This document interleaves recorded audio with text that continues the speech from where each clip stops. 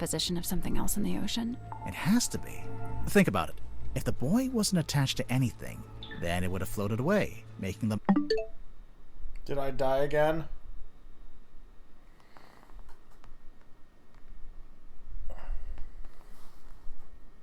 Says I'm connected still.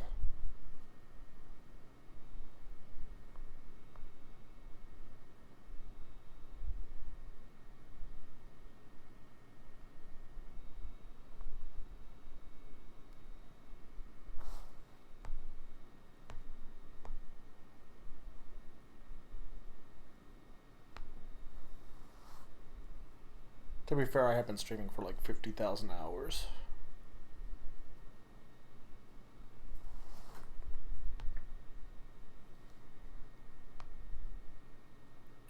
It says I'm live. Am I back, Summer?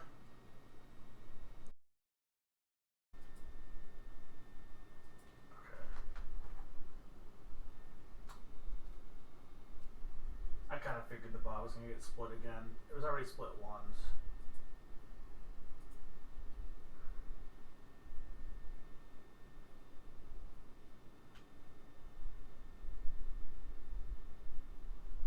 To some extent it's okay, because I don't think I can transfer a 12-hour VOD.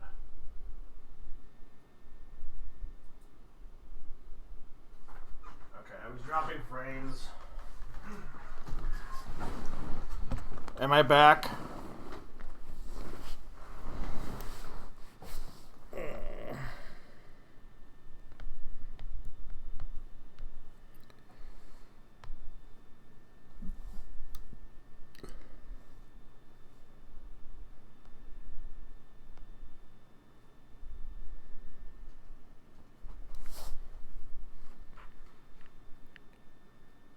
I can't tell if this is live or not.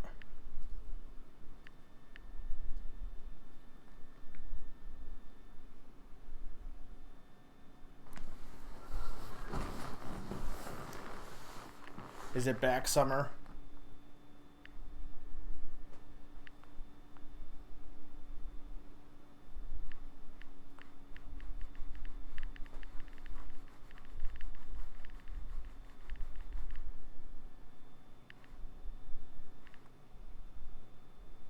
Summer is not responding.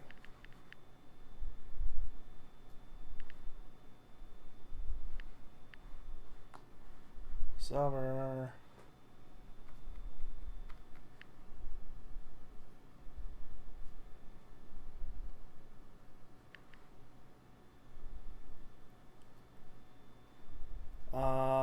Why can't you hear me? That doesn't make any sense. Nothing has changed with the microphone.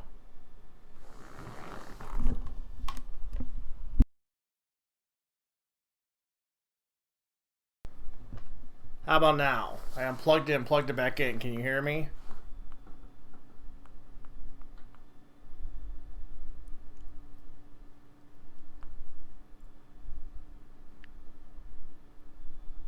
That doesn't make any sense. Like, literally, the microphone's not muted. Nothing should have changed with the microphone.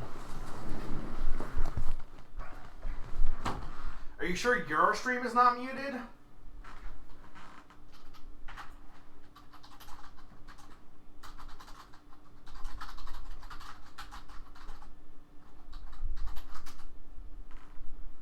Okay. Summer is done. Confirmed. I assume when you refreshed it, just refreshed into a mute is what I imagine happened. Yeah. Alright. Where did you leave off? Map worthless. So, if they found the boy when they went to the center of the map... I'm not sure what got cut off, but basically the only thing was that we were presenting the boy to... we presented the film to be like, yeah, he found it, and then we presented the boy to be like, yeah, this is how we know he went there.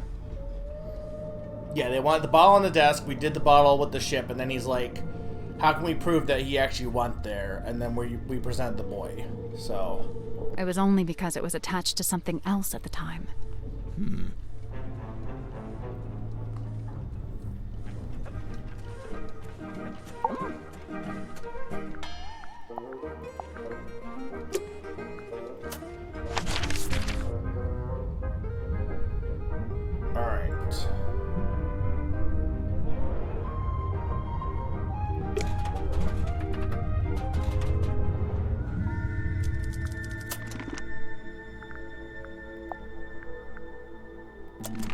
Alright, I gotta be right back, and when I get back, I'm going to... I just gotta get laundry out and switched over to the dryer. So, be right back, 2-minute break.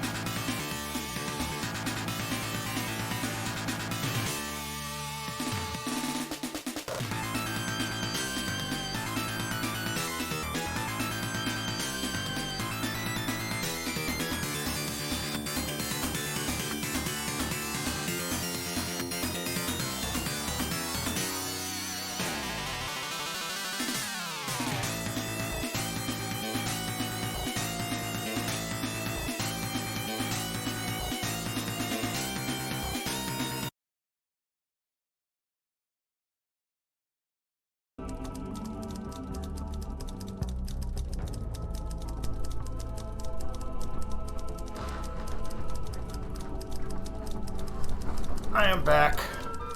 I do think Tangle Tower had like people who are more interconnected in that. Like, not that this one isn't good, but I do think like this is still good. It's still a really good game. But I do think like everyone's mystery was more because it was all the family. Like these guys are like basically completely unrelated, ultimately. Whereas like the family was all connected, so even when it wasn't related to the murder, it was all still related to the family drama a little bit.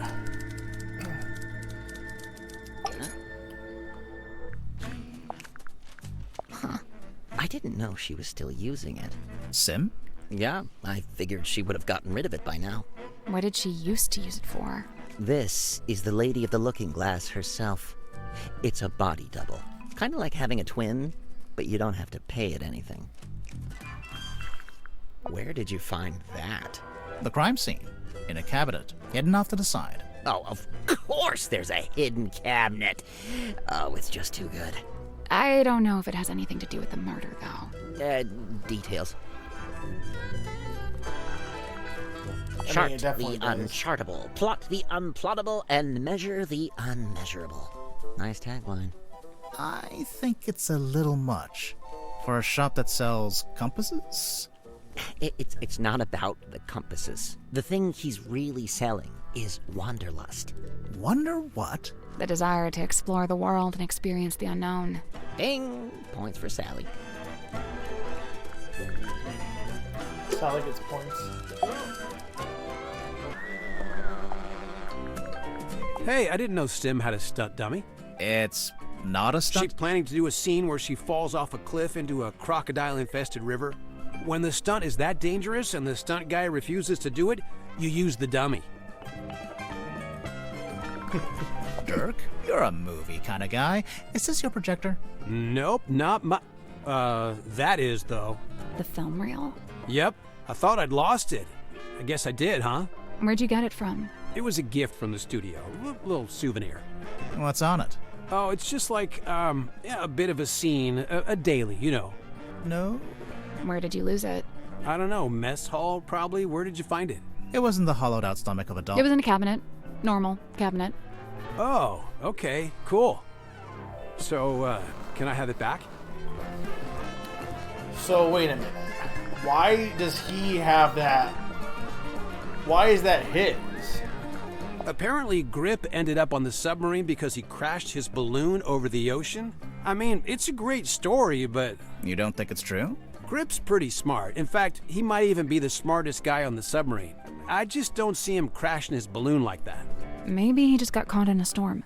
Oh yeah, I didn't think about that. Which film is his though? Is he actually more connected than we think?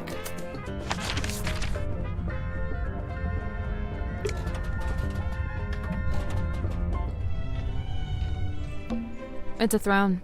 It's not a Oh, well, well, the it's- captain. there's a That's label. not a label. It's a whole document. No, I didn't want to look at that. I don't understand this because this is definitely should be updated by now. I feel like, unless reporting it will update it, but I don't know what. Like that can't be correct. So, this is the doll that apparently looks just like Sim. Yeah, I mean, it does and it doesn't. Oh, the head comes off. Really? Yeah. I don't like that. It's kind of morbid. Oh, it's Sim's projector. Is it actually hers? No. I think she borrowed it from somebody. So somebody put it in. The projector's not his, but the film reel is Dirk's. But it wasn't originally in the doll. My parents used to shop here from time to time. They'd complain that Mr. Grip would charge them full price, even though they were locals. Heh. Grip's not one to give out discounts, huh? We're still at 55%.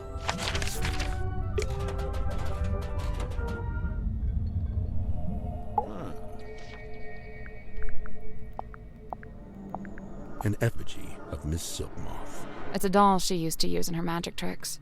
I'm still not quite sure why she brought it onto the submarine, though. It's possible that it's bound to her, and thus leaving it behind was not possible.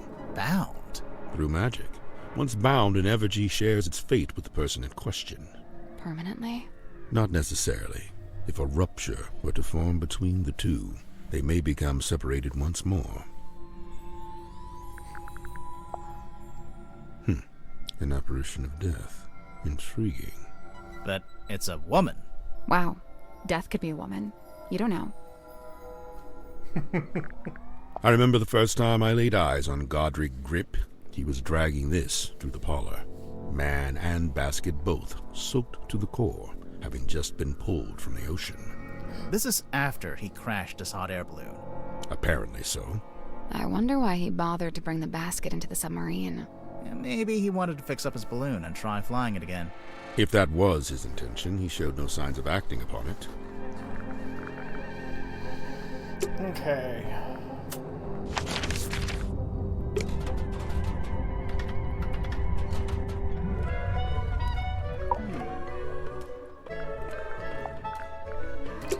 Alright, I guess we're going to head to you.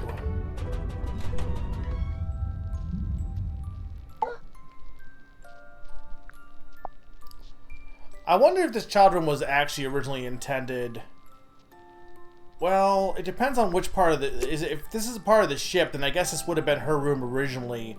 If she's actually the secret child of them. This would have been her original room anyway. But who asked...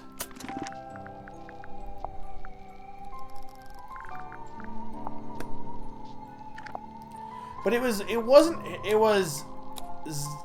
Zephyr who invited Symmetry Silkmoth on. So maybe it's not her, maybe it's someone else, but...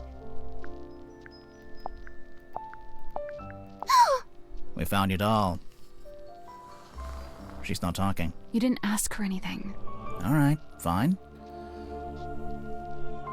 Because I've had some disconnects, unfortunately, King of Apples, throughout the night. But yes, I've been streaming since about 9 p.m. But I just had a disconnect recently. I am really late into this game, so if it's something that you think you're going to play, I would say, you know, like this is like probably end game stuff, hopefully. But it's been really good so far. Also, hi, I hope you've been well. Yeah, I guess that might be something that was mentioned. I don't know. What's up with the doll? Okay, now she's not talking. Speaking of, Sim, can the doll talk? Like, does it have a little speaker inside? She is ever silent. I speak for us both. I just thought, you know, there's a string on the back. I thought it was like a pull string. It is a pull string. Oh, then how does it work? You pull it. Is this yours? No, not mine. Nearly borrowed from Magnus Mortuga. Mortuga owned a projector? What for? Projecting a film, I guess? Not this film. What did you want it for? Projecting this film. There's something suspicious about Symmetry. Ah, there lies the picture of the cane, the perched upon by Little Hat. I used to be perched upon by a little hat. 'Tis quaint indeed. But wait, is it of a one with that in current Godric's grasp? Alright, hang on. Before I do this...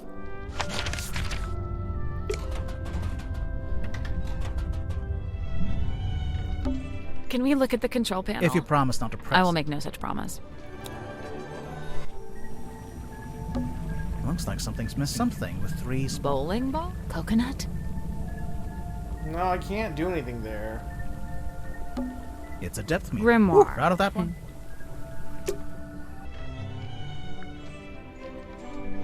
I mean, here's what I can do, Summer, is I can very easily... if we look at what, you... And we look at this.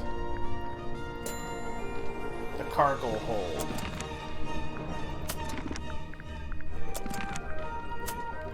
So I want to go... Where the hell is the cargo hold? Here. Was there something I missed here? I mean, I know there's the tent, but... It's a pinboard. Did I not look? Oh, I didn't look at this. Why did I not look at this? Why did I not look at this?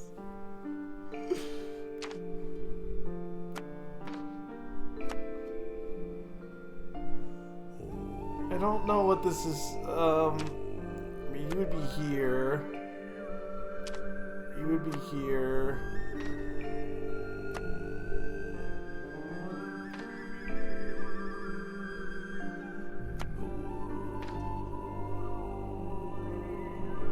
I think he's here.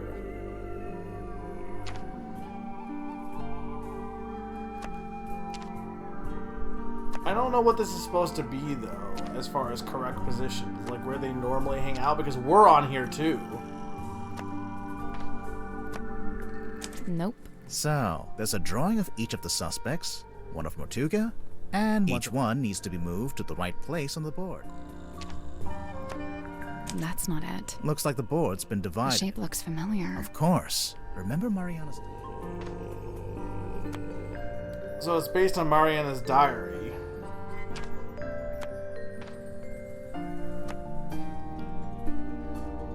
Nothing. I'd say me, you, and Mariana all need to be in the same segment. Oh, and Mortuga probably shouldn't be in any of the segments.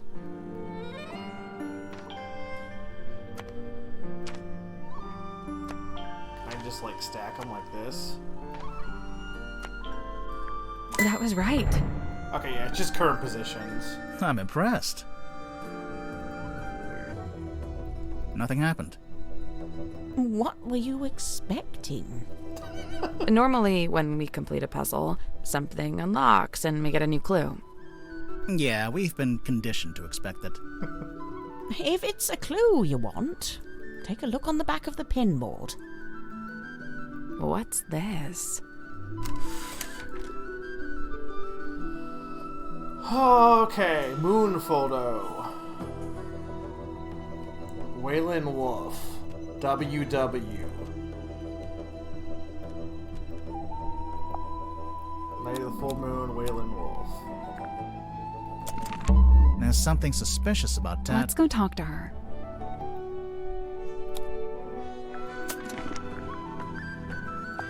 Is that supposed to be her on that? Yeah, I guess it would be her.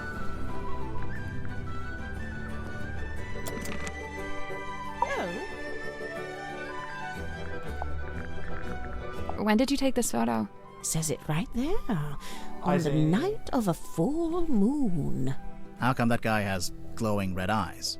Perhaps it's because of his demonic essence. Or you used a flash? Perhaps it's because I used a flash. Who's the woman in the ball? Oh, that's no woman. That's a mermaid, slumbering in an ethereal bubble. You're not gonna tell us, huh? Unless, again, maybe she is trans and Waylon Wolf is the dead name, maybe? We already Maybe saw I'm it. reaching, but... No, I might be reaching there. Because that is her eyelashes, absolutely. So never mind. The only reason I say that is because her initials, the WW, is on the journal. And she said it was hers.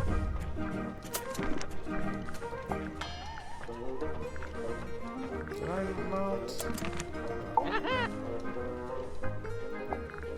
Aha! This must be where Madame Tadpole got her stage name. You think? She's not called Madame Mermaid Orb.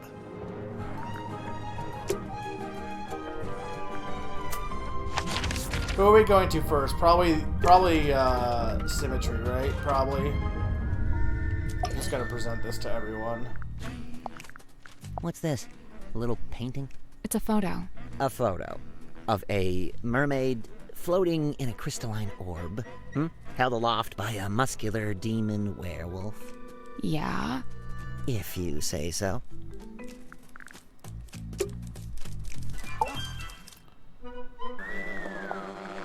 Holy moly, look at that. I know. That werewolf-looking guy is really... Is that Tadpole with long hair? Yeah, maybe. She never told me about that. It's a I think strong look. Tadpole is more suspicious though, but I don't know.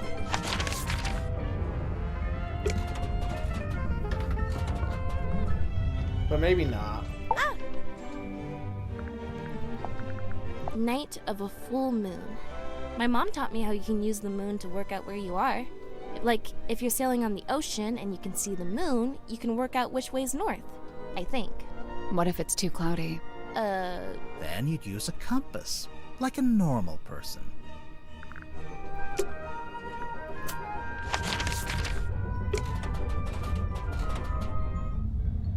That should be all the objects too, right? I'm wondering if the percentage is slightly glitched too. Like, I can't tell. A photograph of a divine moon ritual. The man holds the orb aloft, and the being within is imbued with rays of mystic light, granting eternal moon wisdom. Eternal moon wisdom, huh? I have that. I skipped the ritual, though. I was just born with it. Impressive. Also, I can shoot moon lasers out of my eyes. Now you're just being ridiculous. But not the moon wisdom.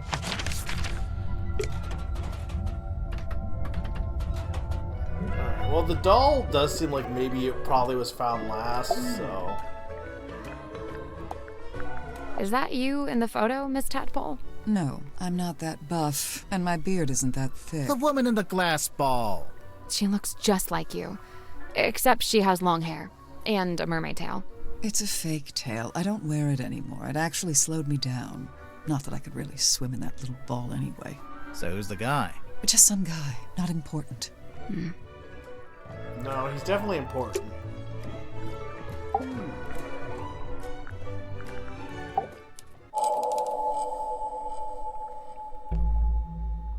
Tadpole, what would you say your relationship with Mortuga was like? We got on great. Where's this going? Did you ever disagree with him? Argue with him? Nope. Let's get to the point, Actually, I have evidence that you did argue with him. Exhibit A. Come on, give it up. Just let me take it. I'm sorry, Tanya. I cannot. But why'd you even need to? I've told you before. No, you haven't. All you've ever told me is that you... I'd like to request that you return to your room. I have something I must attend to. Someone sneaking around recording me with a dictaphone? Seems like it.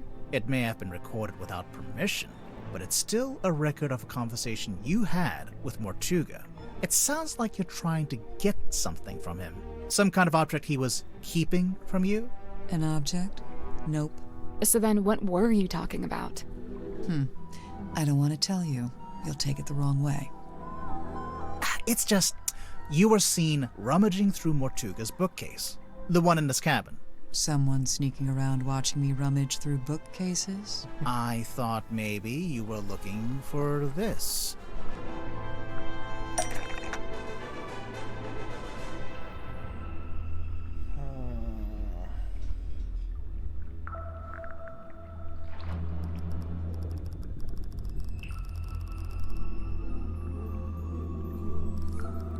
The map? Well, that's not right. Some kind of weird book that might have belonged to...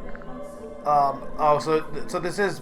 But, hang on. Mortuga, but it also could be WW. It could be MM or WW.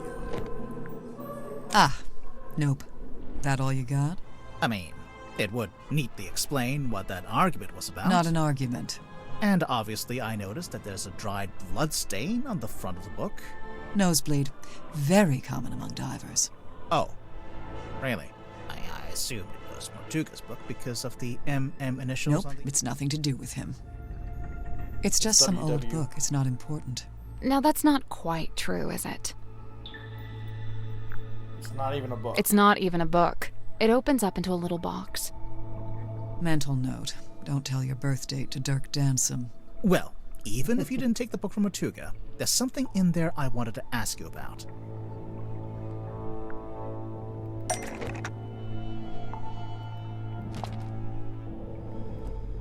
I mean, there's a lot, but I guess this...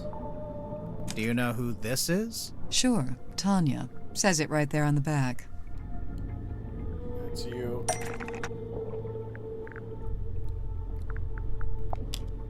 We heard you used to be a rescue diver. Mental note. Don't share any personal information with Dirk Danson. Hey, they spelled your name wrong. It says Tapdole. Oh, unless... Yeah, that's my real surname. Tadpole begun as a stage name, but now I just wear it as my name. Right, sorry. Makes sense. A stage name, huh? So the book contains photos of these 3 women, one of whom we've established is you, Tadpole, since it has your old name written on the back. What of it? The book didn't originally belong to It probably Tadpole. means the book didn't originally belong to you. Right. Why would you have a record of yourself? I told you, it's nothing to do with Mortuga. So who does it belong to? Nobody. We need a clue to compare with the pocketbook. Something to suggest who the original owner was. Waylon.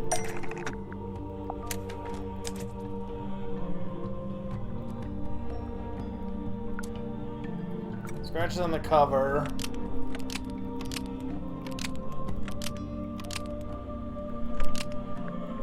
This transcript of the WW initials. This is made by Waylon Wolf. The scratch on the cover is a transcript of the WW initials because it was made by Waylon Wolf. Almost. But maybe just change.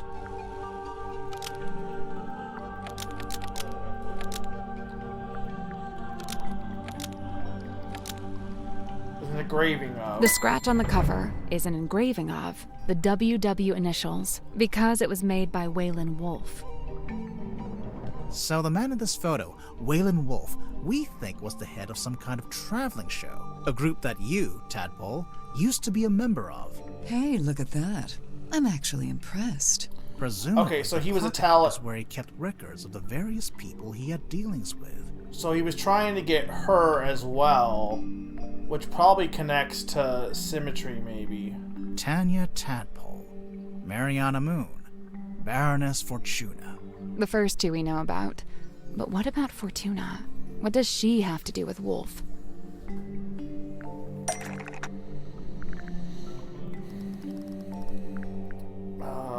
Let's see on this one.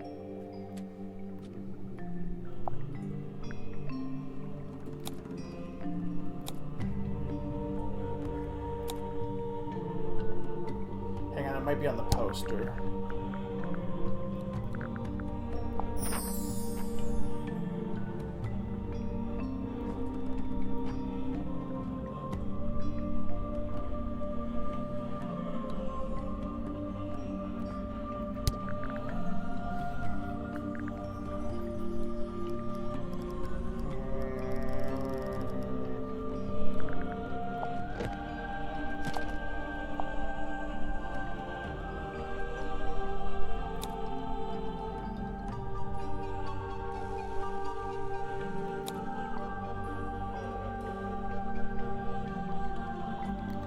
Seen better days, but still the best spot in town to set up. I try to cut a deal, but she's being tight-fisted. Might be a problem. Hopefully not for her sake. So you want the theater.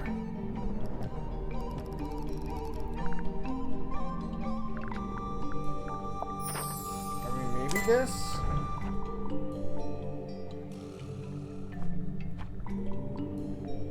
Fortuna Hall.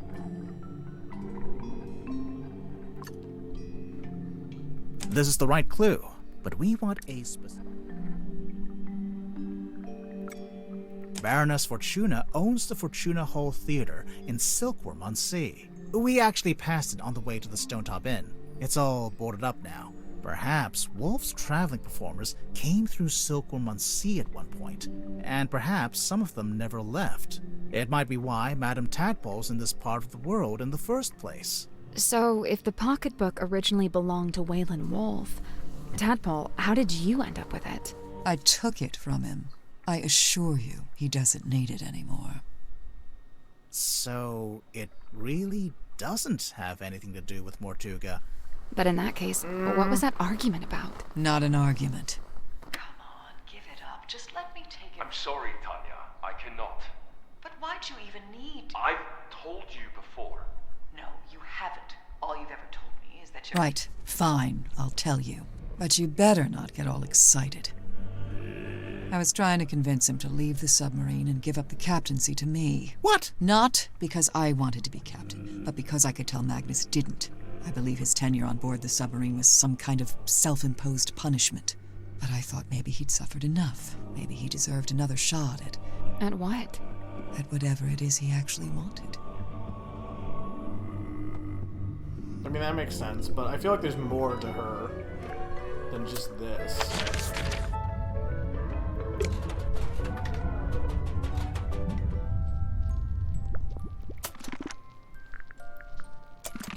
How many? 56?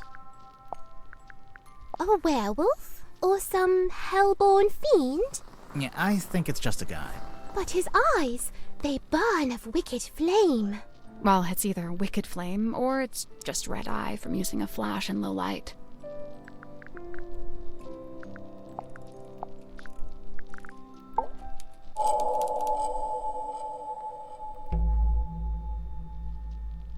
Symmetry, you were in the Illusion Theater with Mortuga the evening before he died. I concede! I concede! I am laid bare! Anyway, there was some talk of Mortuga being killed by a curse. You wouldn't know anything about that, would you? Grimoire. What? She's the resident curse expert.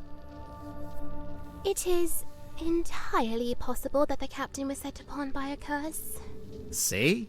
I knew she'd know about this. Let's just stick to the facts, shall we? Sim, if you were in the Illusion Theater with Mortuga, what were you actually doing in there? A performance. A performance. Like a magic act? A foolish act. A callous indulgence through and through. I don't understand. Did it go wrong? I performed it perfectly. Then what's the problem? She's gone quiet. It's okay, we don't need to force it out of her. We can present evidence.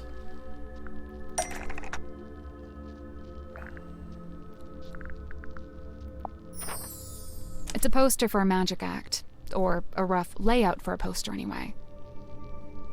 Oh, we found something else, too. It's hidden in the Illusion Theater. Sweet sister inanimate, I implore you, leave her be. Her hands are clean. The doll is a prop used in magic tricks. What kind of magic trick would need a life-size doll? Any trick where you need a double, obviously.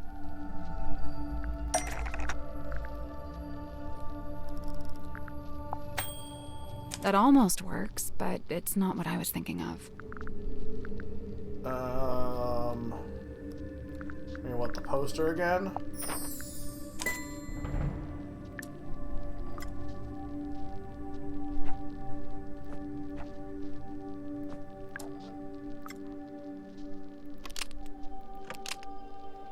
Your magic act, Lady of the Looking Glass. I don't claim to know exactly how it works, but as far as I can tell, you put the doll behind some kind of special mirror, and it acts as an identical double. Lady of the Looking Glass is a thing of the past.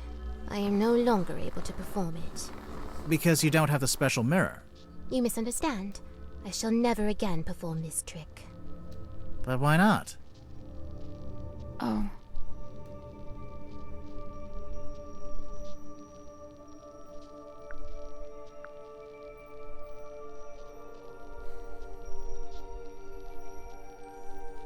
Because Sim and her doll are no longer identical.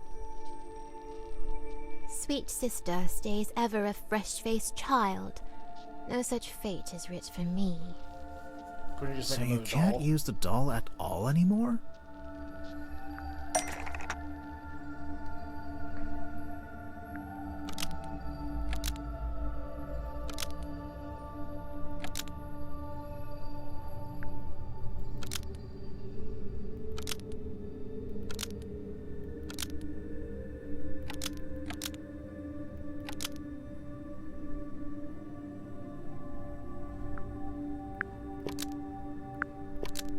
The doll could still work as a double for Lady of the Looking Glass if the trick was done in the dark. That's not right.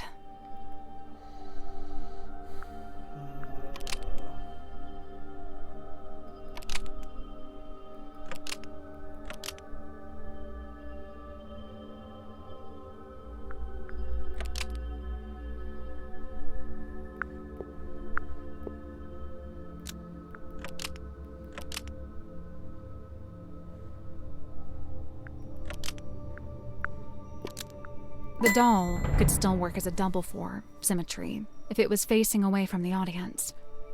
Facing away? Oh, like the sketch on the poster. Right. I wonder why she needed a double, though. This isn't a mirror trick like before. It would help if we knew more about the trick itself. True. We don't even know what it's called. Still here somewhere.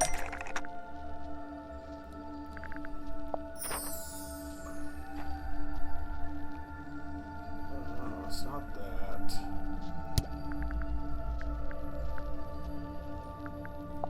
Oh, it's probably this.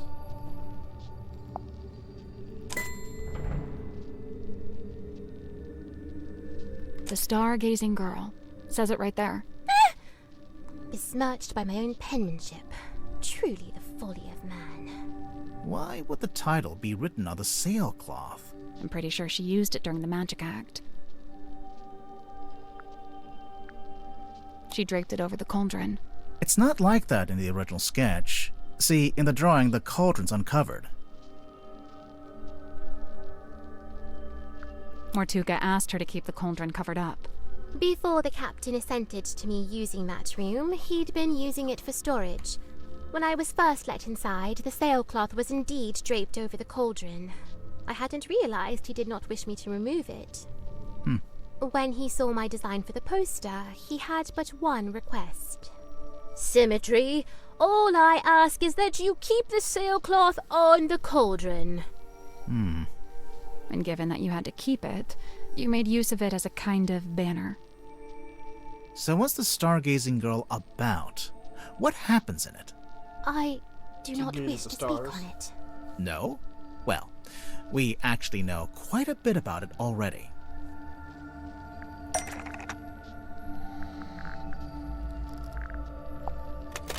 Well, that's not right.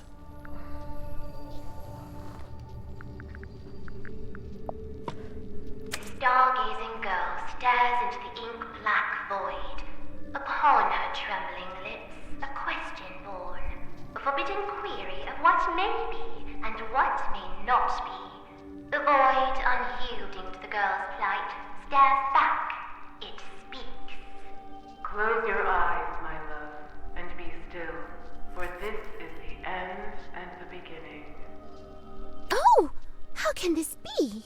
Mariana Moon was in the bilge at the time. I guess the sound traveled down through the open vent. Her pipe is a dictaphone. Dang.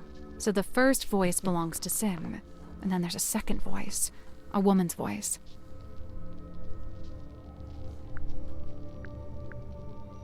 It's someone else entirely. Film projector. This film matches up to the audio from the pipe recording. And see how in the poster there's a little Grim Reaper guy? That's the person from the film. I am undone. Hang on. Why does Sim have a film of a Grim Reaper character? Where'd it come from? Doesn't everyone?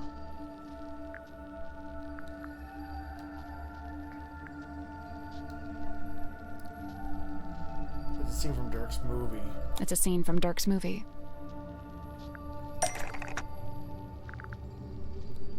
The toy.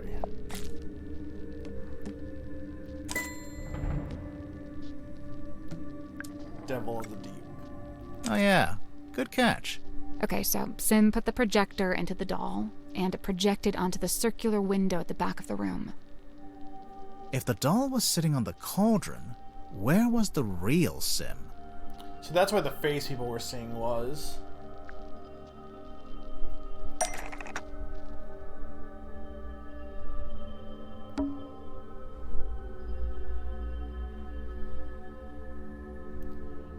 She would have been in here. Well, She couldn't have been in the cauldron. She had to have been The cabinet to the side? I don't get why she couldn't just sit in the cauldron herself. That means she saw the Listen murder, to the end of the then. recording again. Close your eyes, my love, and be still, for this is the end and the beginning. Right at the end, it sounds like something falls onto the floor. Something solid. The doll's The head. doll's head. The whole thing culminates with the cloaked figure swinging the scythe. Sim screams, pulls a string, and the doll is decapitated. Oh. Jeez, that's kind of dark. I lay awake that night, eyes wide with regret. Able to bear it no longer, the decision was made. I would tear it all down, the whole misbegotten affair. So that's why you went back to the Illusion Theater. And that's when you found Mortuga. The image of his lifeless form. It filled me with a great thunderous guilt. But why? You think you might have actually caused Mortuga's death, somehow? I know not the manner of Magnus Mortuga's death, but I do know this. The night of the stargazing girl. It was his last. So, even if his death was unrelated, you feel bad that your trick was one of the last things he ever saw. When we began, you implied that I laid a curse upon him. And I say this. Maybe I did.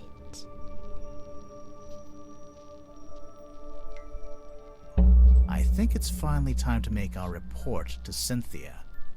She'll be thrilled. 57. I mean, I don't think I figured it out, though.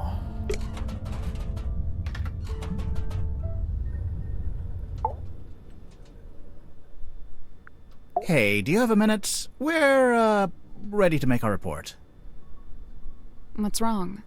I appreciate your hard work. Truly. However, I think it's time you left. What? We didn't even tell you what we found. People are starting to accuse each other. I don't like it. So you're giving up? You're not gonna see this through? Sorry, but I just think maybe What? That's just the way it's meant to be? I need to go.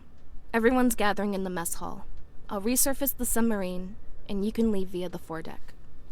Thanks, Summer. I guess we'd better go.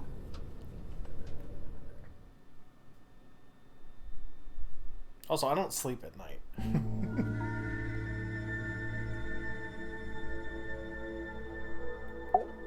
You can't be serious. I really don't appreciate being kicked out. She didn't even pay us.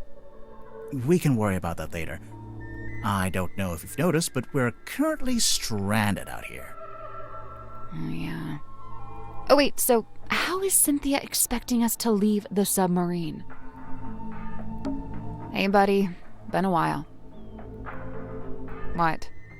It's boy, by the way. No, it's buoy. Agree to disagree? Disagree to disagree. This makes a little more sense now. But who painted the big Mortuga name on there? You don't think Mortuga would have done it himself? I don't think so. Then I guess it was the guy who rebuilt the submarine. Drummond, I think his name was? The shipyard guy. Mince the rowing boat. Oh, wait, you don't think... Did Cynthia really think we'd use that boat? Or did she just forget to take the submarine back to town? I don't know. She seemed really off. Did something happen? I think she's just getting scared. Scared of what? Exposing a murderer? Of the truth. Of facing the truth and all the consequences of it. Whatever they end up being. We're not really going to leave, are we? No, we're not done. Not yet. But what do we do? Remember what Cynthia said? Everyone's gathering in the mess hall. Seems like something of an opportunity. Aha. Not just that, but we're back on the surface too. We sure are. So, what are we waiting for?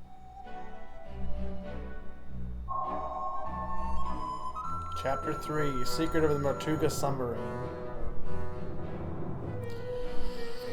I'm already in this deep. Yeah, I've been in some pretty... Even I have my limits. It's the foredeck. Looks about the same. It's sunset. Yeah, it's hard to keep track of time We when were down there all day and I barely felt it. 59%. We've got work to do.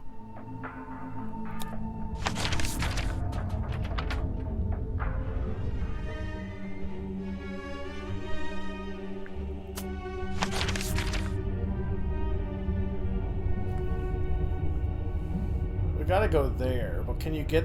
I guess you can get there from here.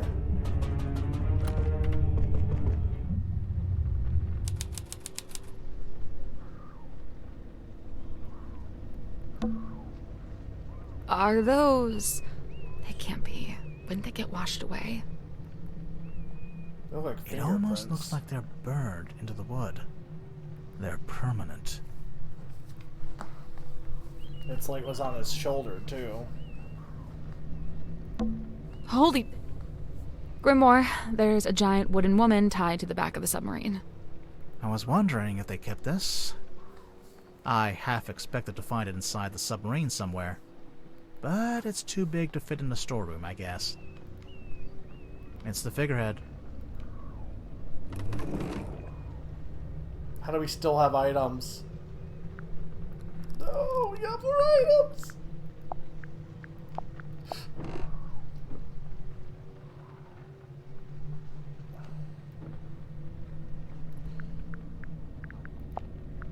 That's 60%.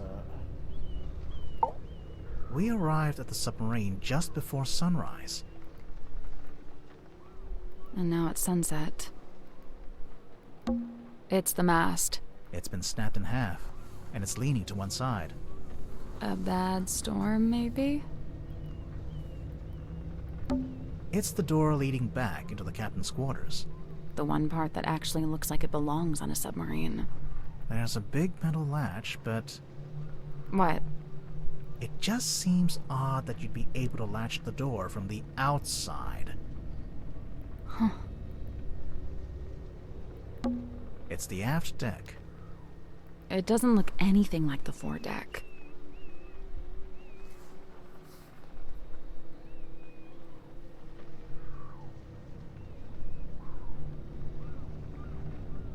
Hang on a second.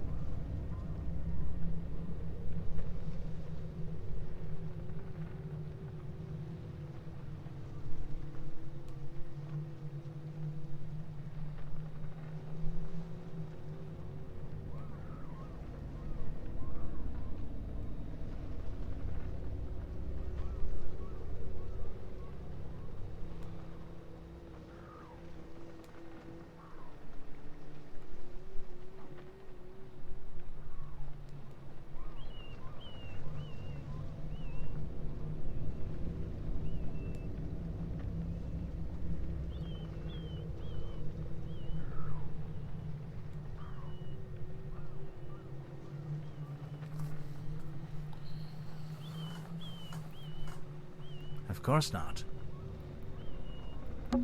Or. Or what?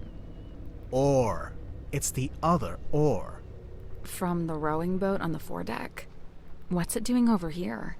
Tadpole told us she threw it over here. And it got stuck in the wall. And hasn't moved since. Seems like it. It's the aft deck. It doesn't look anything like the foredeck. Of course not. Old rigging. It's kinda slimy. The railing's been destroyed here. Something crushed it. Looks like it happened ages ago. And they never repaired it.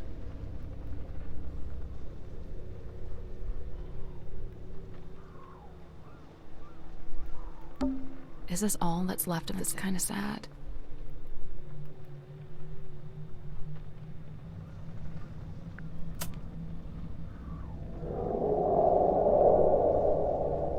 What?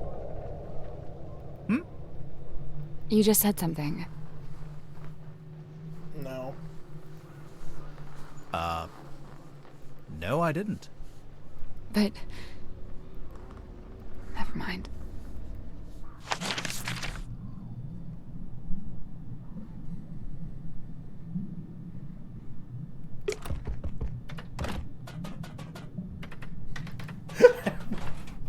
We're just gonna walk right through there and nobody's gonna question it? Rocks, complete with their own barnacles, seaweed, and starfish. I assume they're decorative, but they're real. There's a drain here. That must be how the room fills and empties itself with water. Rocks. I assume they're decorative. There's coral growing down here, too. And don't touch that door. It goes right out into the ocean. I doubt you could open it if you wanted to. It's probably pressure locked while the room is drained of water. But if the room was full of water... Then yeah, you could use it to go outside. Why is there an upside-down dome attached to the bottom of the submarine? I guess it's a bit like a glass-bottom boat. So it's just for looking out into the ocean? Maybe. It's a real, actual treasure chest. Let's open it. Hold on. I'm just savoring the moment. And done.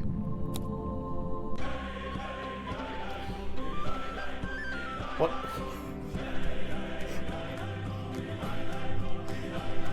Summer, what is this music? For anyone that's watching.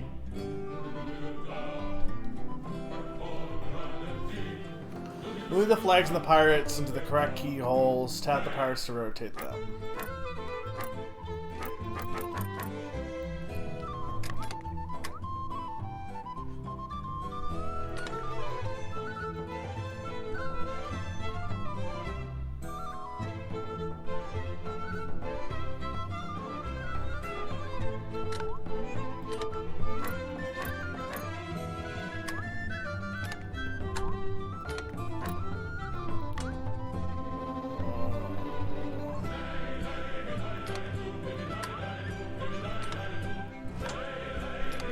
I mean, clearly they...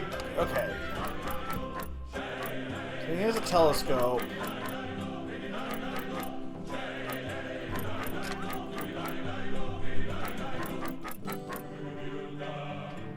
Nope. So there's 12 big keyholes. Those are for pirate keys. And each pirate key is itself a keyhole for the smaller flag keys. I noticed the pirates can rotate, too.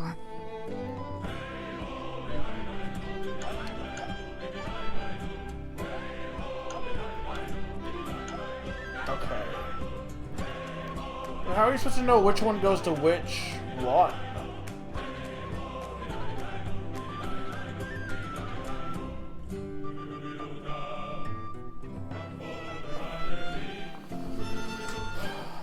Like, what is supposed to be a hint here?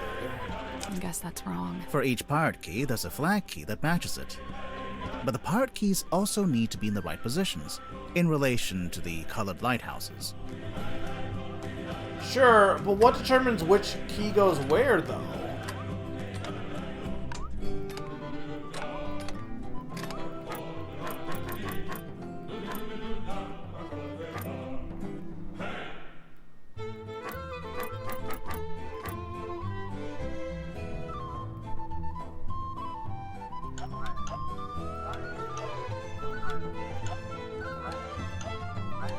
I'm confused. Nothing. I think the flags represent views, as seen by the pirates. Mm-hmm. Specifically, when a certain pirate is looking at a certain lighthouse. Okay. I kind of get it now. So... Okay, so hang on. The one that is blind on his left eye would be this one.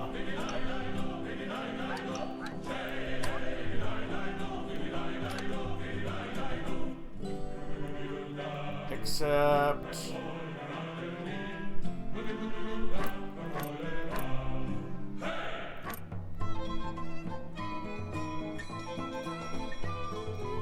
Okay, so then this would be the telescope one.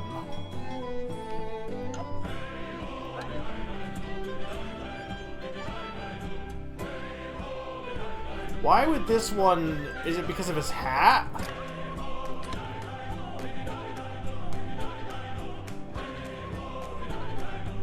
If anything, this one's the one that has the hat. Okay, so then...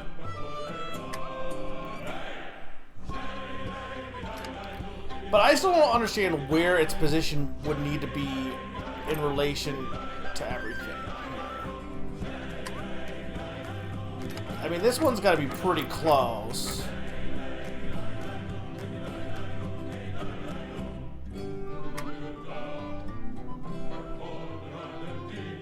This is seeing... Okay, this one has to be... Because it's seeing 3 stripes. So this one has to be at an angle here. That was right. Okay. I'm impressed. What's inside? Ouch. Ouch. What happened? I cut my finger. There's something sharp in there. Is it the murder weapon?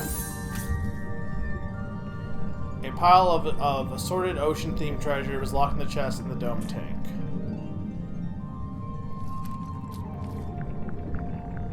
I guess it was the coral that's sharp.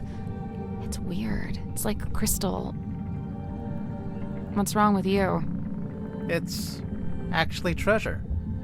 Coins, pearls, gems. Standard treasure.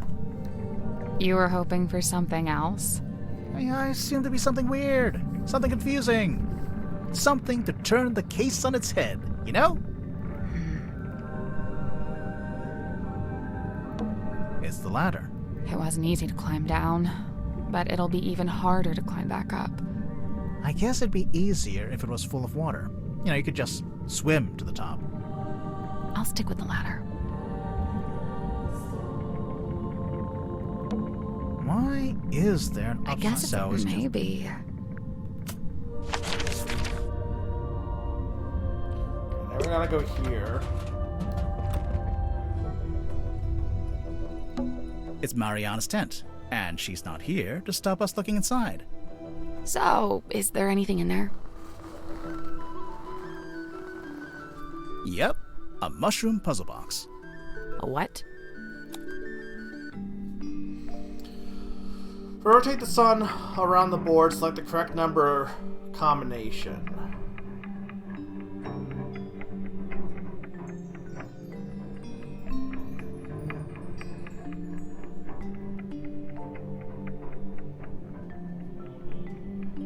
Okay, so it's like, I was trying to figure out what is, okay. So, Dayglow, Evergleam, Illumite, and Nevergleam. So... Is there any Illumite? There's one Illumite.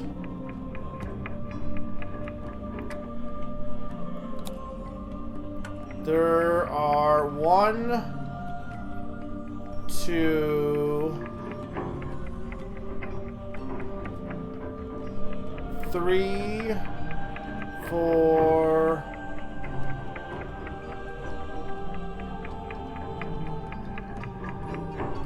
5, 6 that never gleam.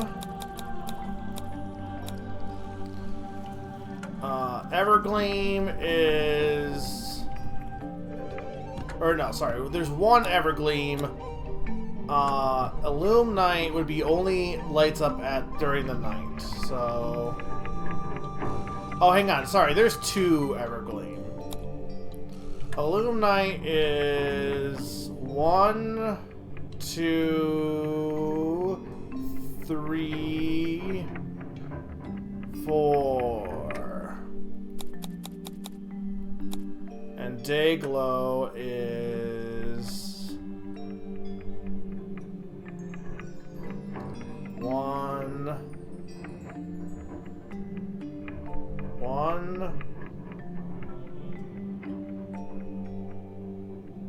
2, 3, That's not it. I guess there's 4 types, but I don't think it's anything to do with their shape or size. What did I miss on that? There's 1, 2, 3, 4, 5. Maybe it's only 5? 1, 2, 3, 4, 5. No, I think there is 6. 1, 2. Hang on. 1, 2, 1, 2, 3, 4. No, it is 5. Okay. There we go. Nice. It opened. What's in there? It's a little plastic thing. Oh, wait, I know what this is. It's a tape from Mariana's dictaphone.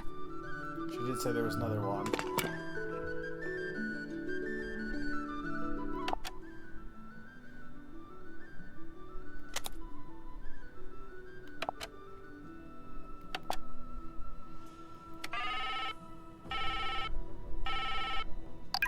Hello, who's this?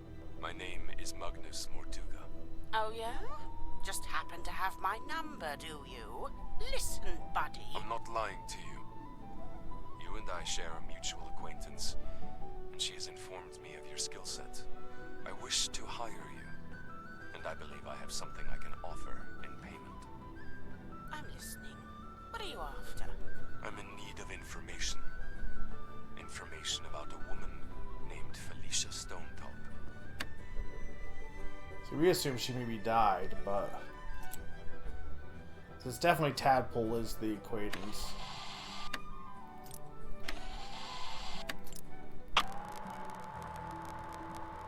I really don't know why you're here.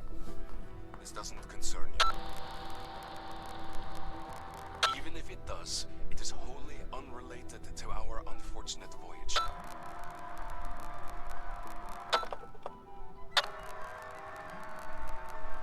It doesn't open that way. It slides out at the side. Let me do it. There's something inside. Wait. What's this?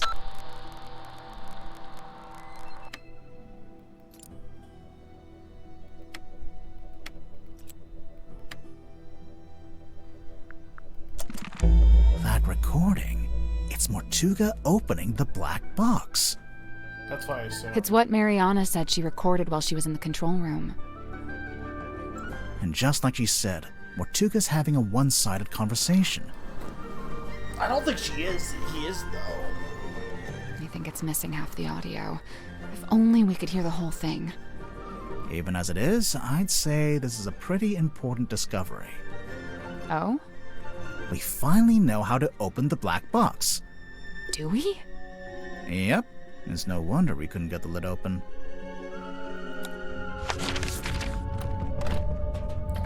Was there anything else we should have been checking for now?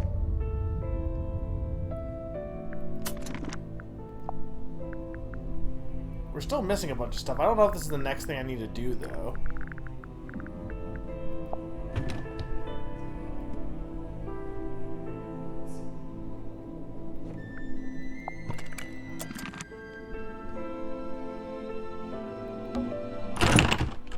I can't get Locked? No, I think the wood just rotted.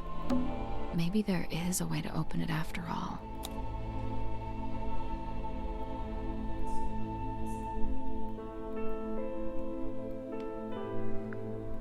It slides out at the side.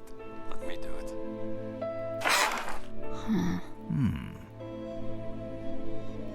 Oh, they wouldn't give me the option. The box that was actually really easy to open.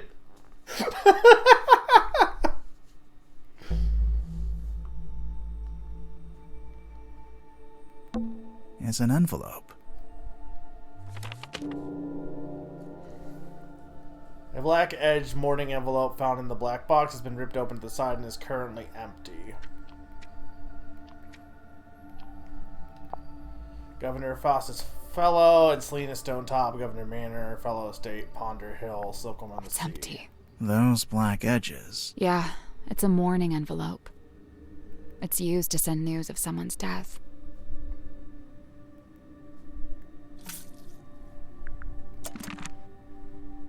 I can't back out of this at this point. It's a scroll. Rib scroll. That's the bottom of the. So yeah, it was an egg. That's what the bell was. The top of it. It was an egg. And there's the mask. Now you want the coordinates, but I don't know them, so this is all you get. If you don't know how to make use of it, that's your problem, not mine. We put it all back where we found it, with the exception of the key, which, as you well aware, has been safely around my neck ever since. That's the locket, probably. Remember, it destroyed my father within a few short years. He was a man of sturdy constitution, too, or he had been, before he found it, before she spoke to us. A wise man would simply put the entire thing out of his mind. But SS. Selena Stone Top. So this is them trying to find...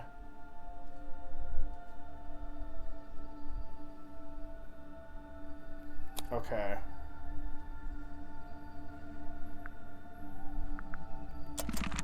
Yeah, I know. Should we put it back together? All in good time. It's a film reel.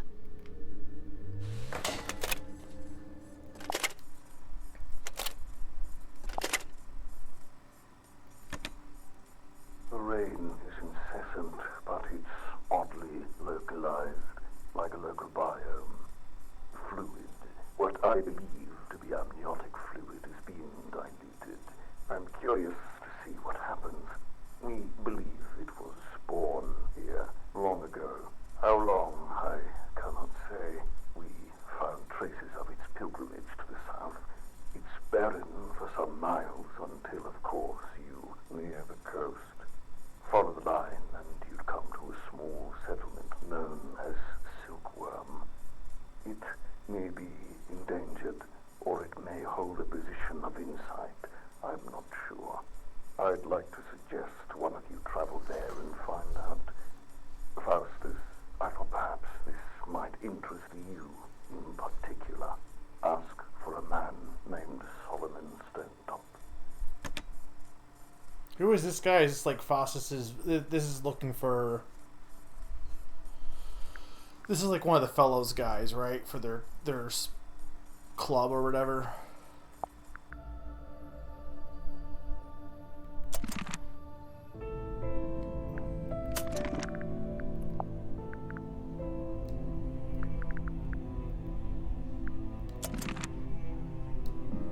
That's like the father of the whole fellow family, right? Alright, where are we even going next?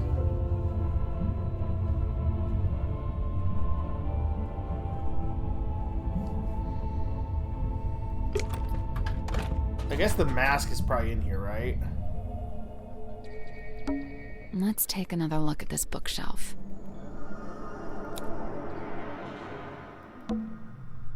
Why don't you reach in?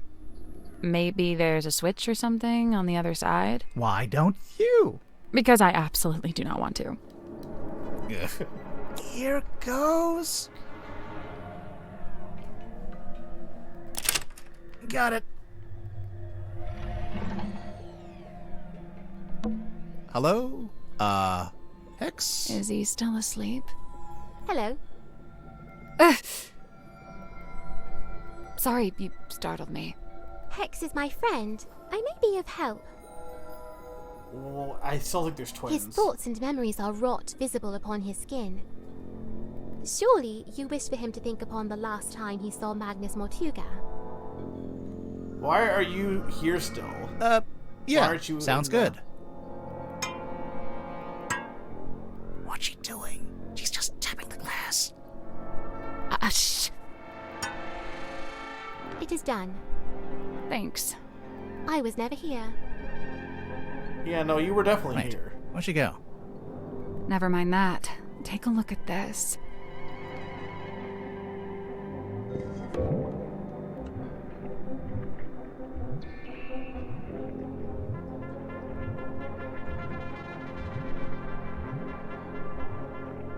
Yeah, that's what I thought. But why was he looking at Mortuga? You know, maybe we should go back to the mess hall. I thought we were avoiding it. Everyone's in there right now. Yeah, well, that's exactly why it might be useful. Not yet. The bookcase moved. It was a secret door. Sally, you must be thrilled. My secret door quota is well on the way to being met.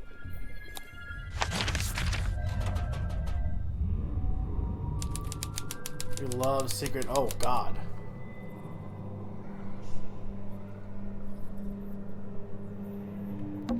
I don't know what this is, but I can't seem to look away.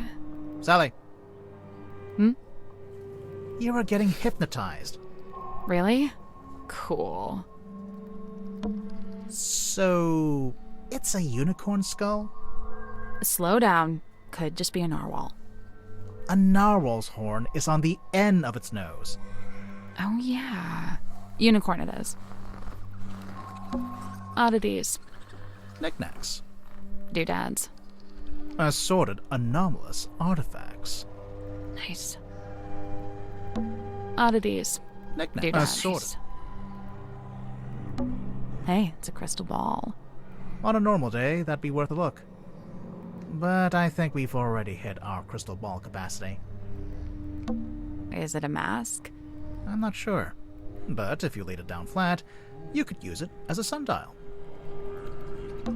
This looks like one of those metal masks they used to make prisoners wear. When did they do that? You know, the olden times. Right. Oddities. Knickknacks. Doodads. Assorted. Hang on. Is that? Yeah, it's Boggy. The swamp monster from Boggy's Bog. Don't panic, it's just a wax model. Boggy. We can't seem to get away from this guy. Dr. Zephyr's Cabinet of Curiosity. It's not a cabinet. It's a whole dang room. Well, almost. It's more like a walk-in pantry. A walk-in pantry is a room. It's an armillary sphere. Usually the rings are set around the earth or the sun, but this one has a little clawed foot in the center. I don't have the mental capacity to consider the implications of that. What's that? A letter? 2 letters. Zephyr's letters. 2 handwritten letters found in the Cabinet of Curiosity. The letters are written on notepaper branded with the stone top in logo. Dear Zacharias, how is your research going? Have you made any new discoveries about dreams? Silkram has been quiet recently. I may be going on a trip soon in ocean voids. Felicia has been trying to get a hold of a particular map. She says it will lead to something really strange and interesting. She says it's something that could change our lives. I'm apprehensive about it, but I think I like my life the way it is. Dear Zacharias, oh my god, Dear Zacharias, the voyage turned out to be ill-fated. Since returning, I have been quite ill. I'm recovering, but I am now inflicted with a peculiar, reoccurring dream. I have drawn a picture. Felicia sold the ship and left town. I believe she took the opportunity to do these things while I was bedbound so that I could not argue with her. I cannot fault her this strategy, for I would have demanded answers for her had I been able. In pursuit of the answers I seek, I have entered into a peculiar agreement, and soon I too will be leaving town. In fact, I'll be staying on board a submarine for a time. And now the reason for this letter. I would like to request you accompany me on this voyage. You could bring your equipment and continue your studies on board. There is plenty of space, and the voyage may even afford you unique research opportunities. If you are willing to return to Selkirk as soon as possible, when you arrive, I shall already be housed on the submarine moored in the dock. Important, go to the Stone Top Inn and retrieve the large stone cauldron in the cellar. Conceal it amongst your supplies and bring them all on board at the same time. I will meet you on board, and you can set up in what is currently the infirmary, and I will take the cauldron from you a little later on. But that was like what she saw that in a dream she painted, and then obviously she took it as like from that game. But like she saw something in a dream, right? I think. Is that what's on Hex?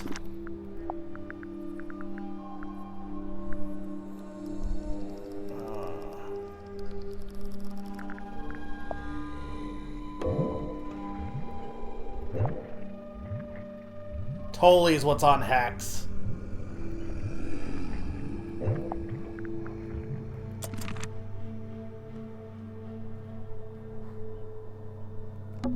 Is that what I think it is? I want to take a closer look at it, but it's locked behind glass. Is that what I want? There's a bunch of little skulls down. Okay. Swap the positions of set labels in the skulls. Tap to rotate the skulls.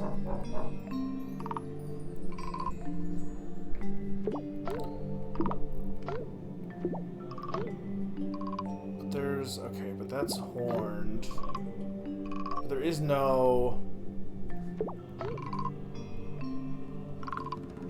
I'm confused. Oh, you can swap the labels. Okay. Well, the red one has to go... Okay, if we do the red here... Okay. So then this has to have jaw, no jaw... But that doesn't work. Well, I guess you could do no jaw and those are the eyes. Okay. But the eyes don't work. Okay, no, so that can't be that label. So that has to be...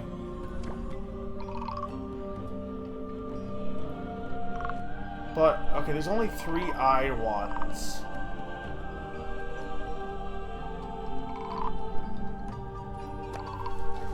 But one of the eye ones is red. There's only 3 with eyes.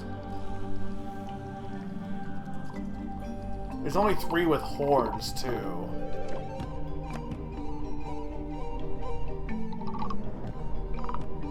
That's the pointed nose, but one of the ones with the pointed nose...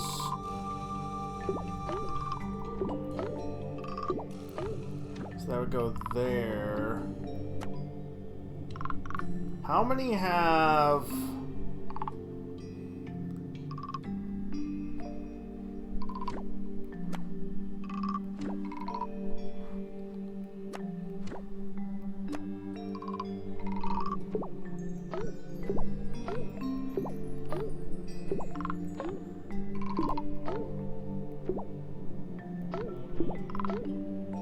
There's only 2 with the moon symbol?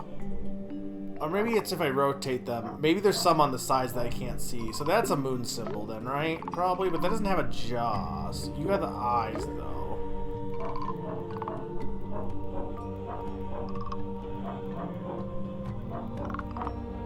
Ow! Ow! Ow! Okay.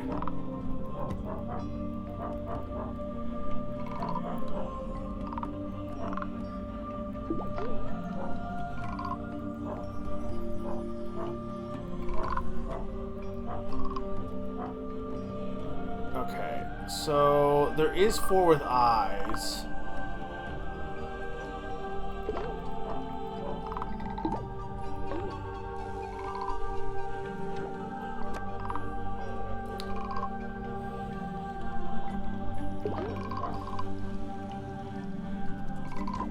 I think it might be this though, because it has to for the eye one.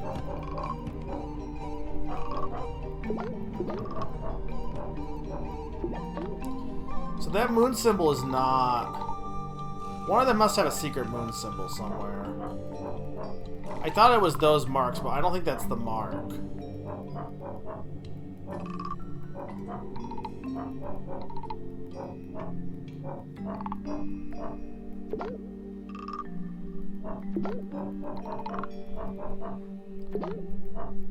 Oh yeah, no, this one has... Okay, this one has the moon symbol, okay. This one has the jaw. This one has... Okay. It has the eye, has the moon. The nose and the moon. Okay. These all have horns. Eye, jaw, nose. These are all red, but then this doesn't work though.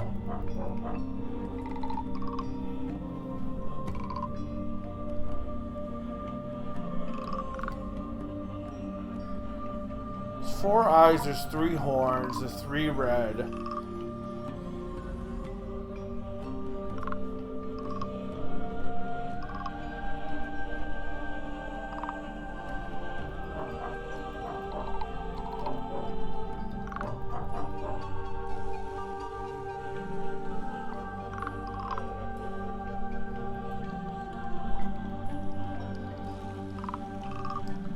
I can't switch this. Well, this one is right. This one is wrong, but there's nowhere to put this one. And this one doesn't match any of the other ones at all.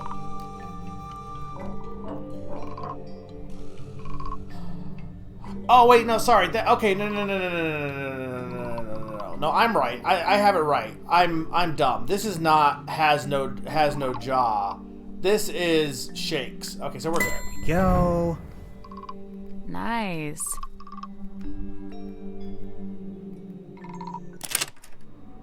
Now what?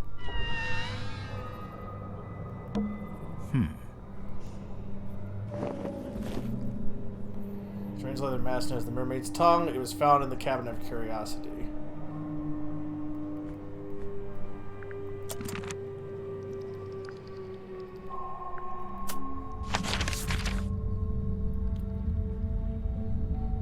Okay, we're still missing 3 other ones that we haven't checked.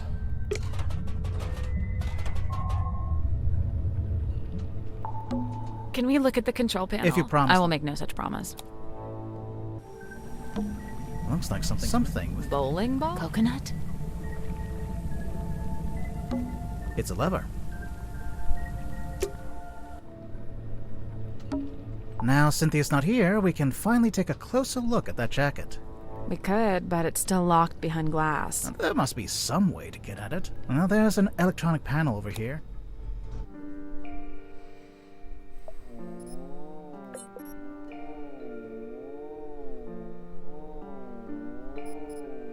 That's the platform ghost from Yoshi's Island.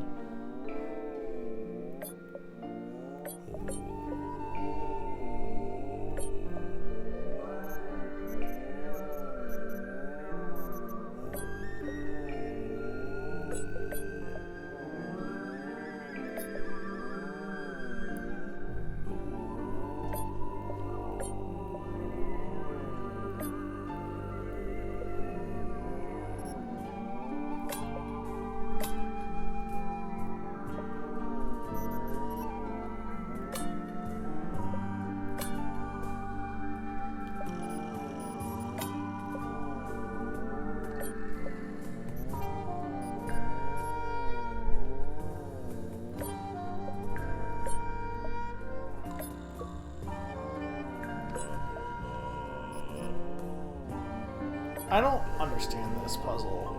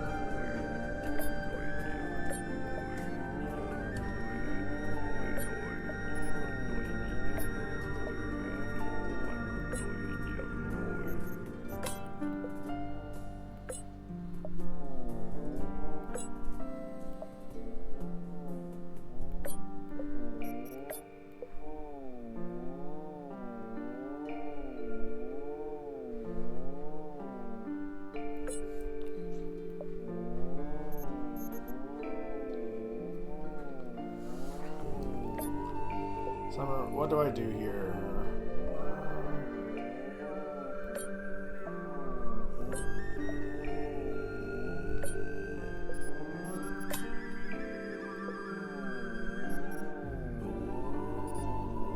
These both face the same direction, though.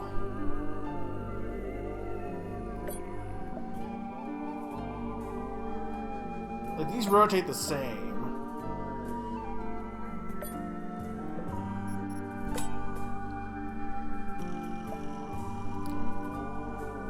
Oh, so wait, hang on. Maybe like this? No, but those would be opposites. There's not anything that would be the same thing twice, though, is there?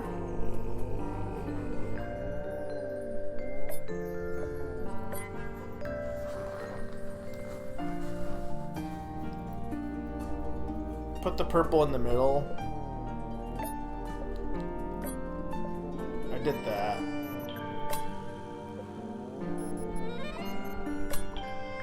That's not it. So we've got to move the 6 panels to cover up the circle. There's a way to rotate them too, but it's kind of...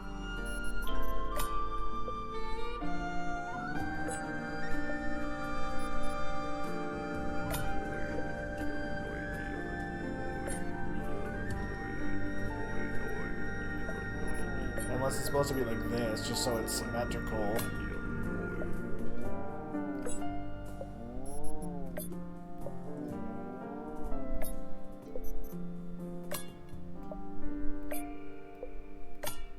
Hey, I did it! Yeah, I don't really get this I'm one. impressed. I mean, I kind of get this one, but I don't really get this one. I've been dying to check in the pockets of this thing. Oh, hey, there's something bulky in here. Ooh, it's a radio. It's That's just what I like thought. that one we found in the captain's cabin. Well, almost. Okay, yeah, so it's her and her mother.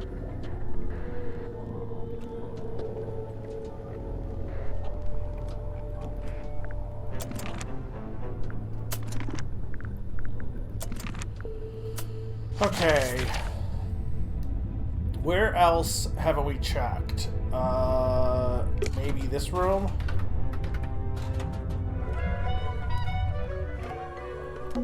Cushions.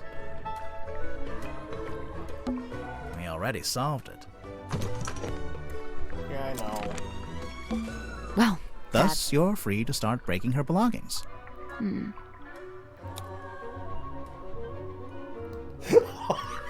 just gonna break everything!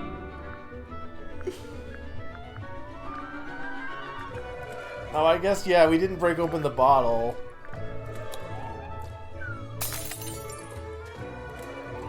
now we can finally take a proper look at this.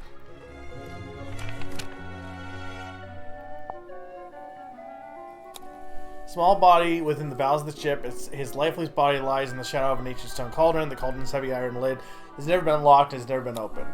For all his strength, he ultimately proves powerless against the lure of the unknown. On this morning, the cauldron has been unlocked, and this morning is wide open. It is understood that Party A commissioned a Mr. Donovan Drummond to construct the Mertuga submarine by combining parts from the 2 other vessels. So he used a paper that was already...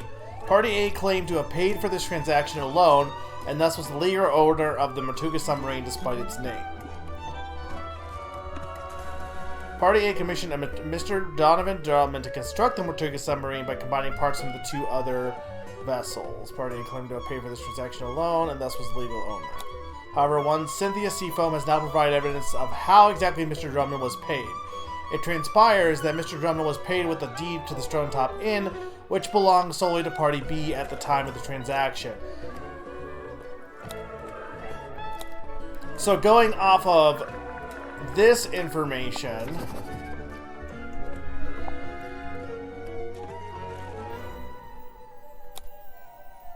Party A has been considered the legal owner of Mertuga submarine and thus its rightful commander. However, recent development has exposed that Party B is in fact the legal owner of the submarine. This proves Party B is the rightful commander of this vessel and all its operations. I guess he didn't know the Stone Top Inn was used as payment by Felicia, maybe? Well, That looked familiar. It's a secret third page of the command contract. Secret second page, technically. Oh, I guess, okay, no, that makes sense. Okay, yeah. So yeah, this contract represents agreement between the two individuals of connection of the ownership and command of the Matrika submarine. For their own safety and privacy, these two people should be referred as Party A and Party B. Previously, Party A has been considered the legal owner of the Matrika submarine and thus is its rightful commander. However, a recent development has exposed that Party B is in fact the legal owner of this vessel. It is unsure that Party A commissioned a Mr. Donovan Drummond to construct the Tortuga submarine by combining parts from two other vessels. Party A claimed to have paid to this transaction alone and thus was the legal owner of the Tortuga submarine despite its name. However, one Cynthia Seafoam has now provided evidence of how exactly Mr. Drummond was paid. It transpired that Mr. Drummond was paid with a deed to the Stonetop Inn, which belonged solely to Party B at the time of the transaction. This proves that Party B is the rightful commander of this vessel and all its operations. Well, it wouldn't be Cynthia, though. Cynthia is the one that provided the evidence. But going off of the Indeed...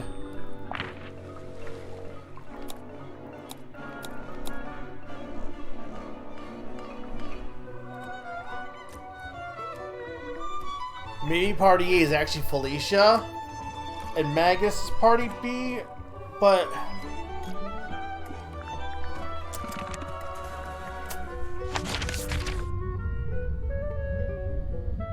okay, what's even left?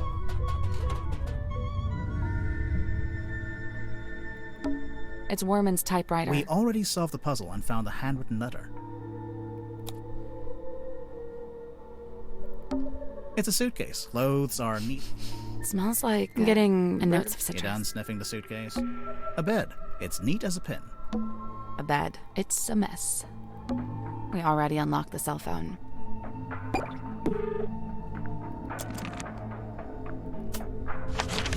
Captain's quarters were empty. So it's gotta be her room then, right?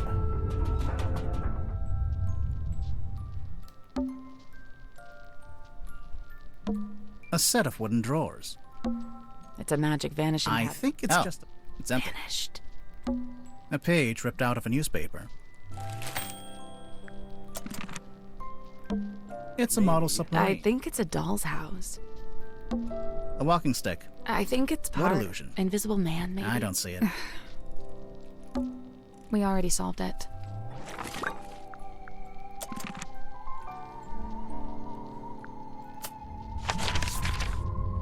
Maybe hit... oh wait, we didn't check this.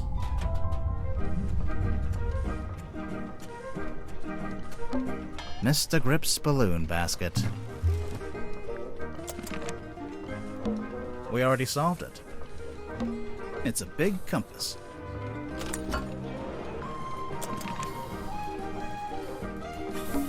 We already solved it.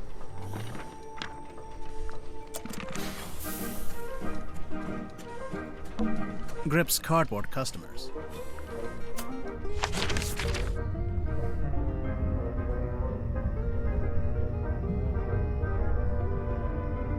I don't know.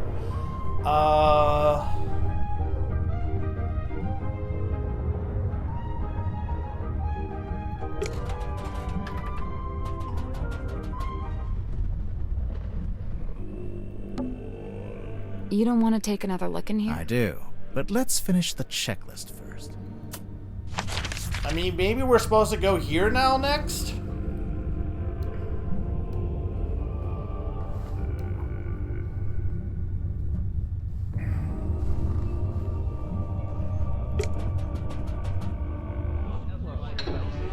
Everyone's in here. I don't think they've spotted us. Let's stay back here. Maybe we can listen in on what they're each talking about. Eavesdropping? I never used that word. But yeah.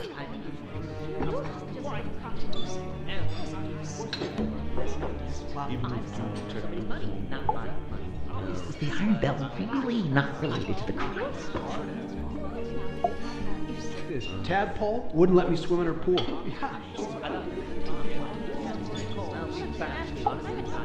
Maybe I should start locking my door when I'm not in there. They could go out onto the art deck if they... how it's still in the pocket of Mom's jacket. Maybe. Let us suppose. Okay, well that's talking about all these things, but I was talking to Hex and he made so I guess the bell maybe.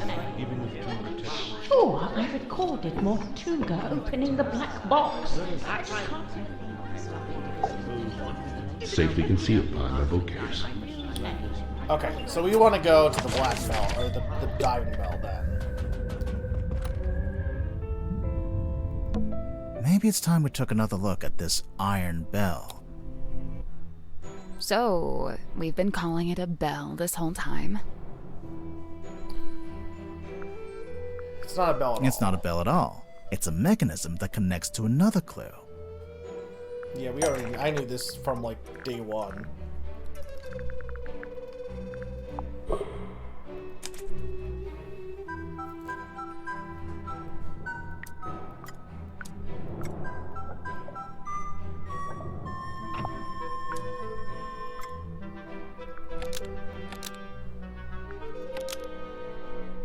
The hanging part slots into the shape on the lid to lock or unlock the cauldron. If the bell attaches onto the top of the cauldron, then it must be possible to move it down into the room below, into the illusion theater. What are you suggesting? We carry it along the hallway, down a ladder, along another hallway? No, there's gotta be some simple way to do it. Yeah, let's take another look at this room. A series of ropes. They're for hanging the bell from the ceiling. So the bell's attached to a rope winch. Presumably so it can be lowered onto the cauldron. But...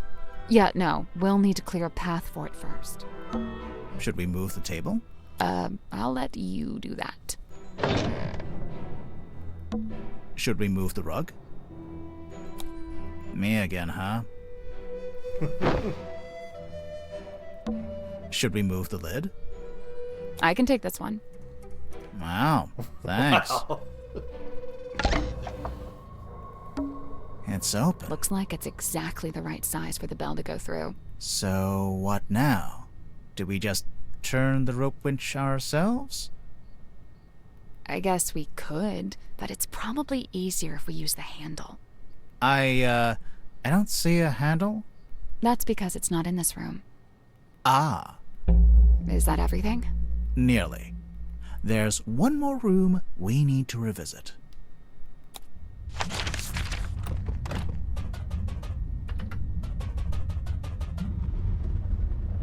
Well, here we are. One last time. There must be some way to get the iron bell to lower onto the cauldron.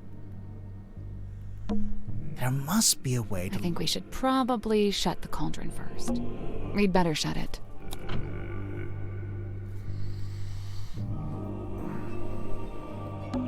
There must be a way to lower the iron. That poster... Poster was upside down. It's taped to a pipe on the wall.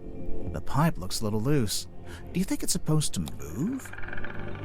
Yeah. Okay, that makes sense.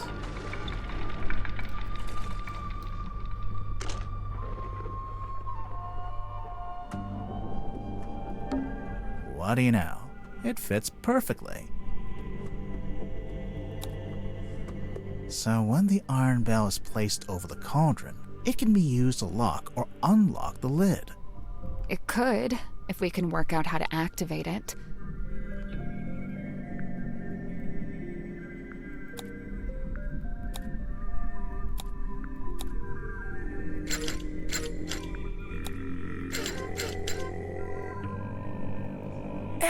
I can't quite reach both handles at the same time. Maybe if my arms were a little longer. You know, you don't have to stand there with your face pressed into it. I'm not. Because there's two of us. We can take one handle each. Oh, right.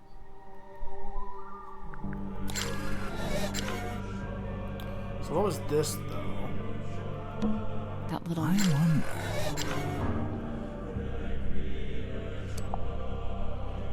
Lodged in the bell.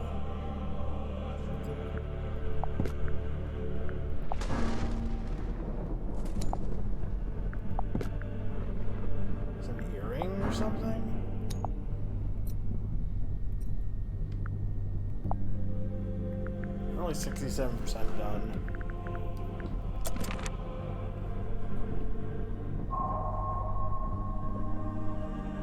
The unveiling of the Illusion Theater.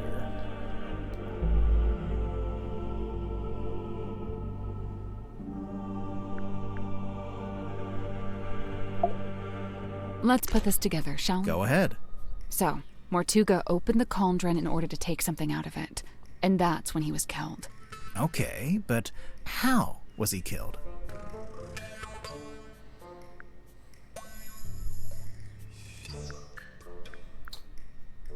The Iron Bell. We know that the cauldron lid is unlocked by that screwdriver kind of thing on the Iron Bell. He killed him. So if Mortuga wanted to unlock the cauldron, he'd first have to lower the bell into this room, like we just did. You know, we've actually got evidence for this. First-hand evidence, no less. It was that the thing was upside down. That's not it. What do you mean that's not it? Oh. Oh, you mean,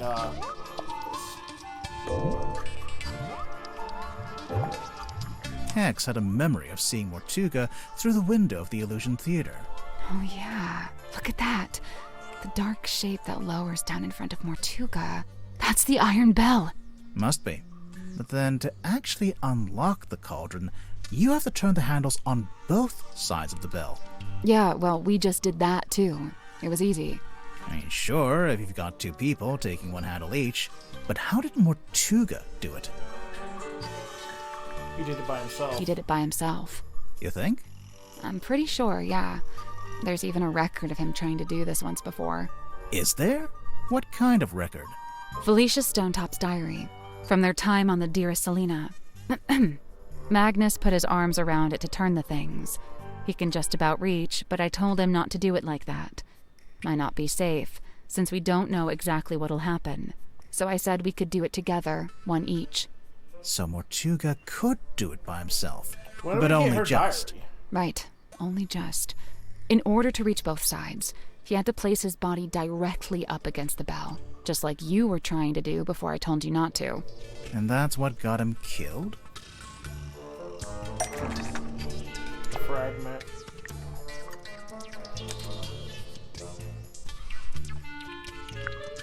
The metal thing was wedged into the Iron Bell. The metal thing was wedged into the Iron Bell to kill Mortuga when it So rotated someone did that around. knowing he was going to open it. Mortuga was cut straight across the neck when the upper section of the bell swung around. We saw how fast it goes, and it's really heavy. It must have a whole load of force behind it. Why the did the ship little kill metal them? thing. It's not actually part of the Iron Bell. Someone must have put it there. Right, the culprit, presumably, knowing it would kill Mortuga if and when he tried to unlock the cauldron. Only it's, kind of small. Even if you did press up against the bell, I'm not sure it's long enough or sharp enough to cut you. There was something on there.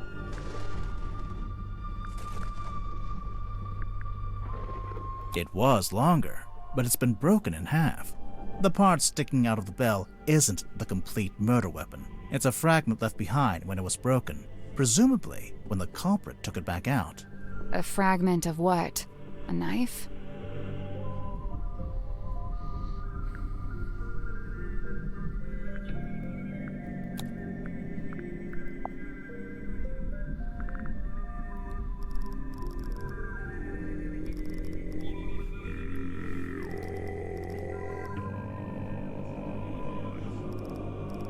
The balloon guy recognized it, though.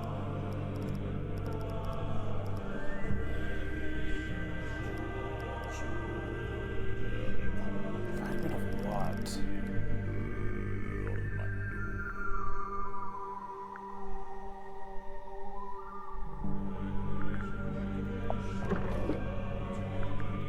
A fragment of what?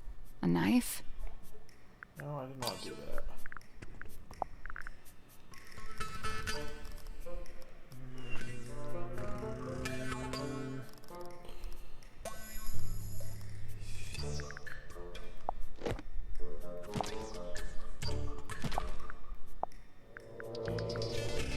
compass?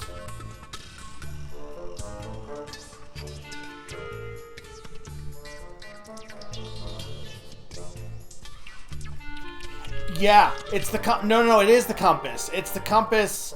A fragment of what? A knife? It's the compass needle.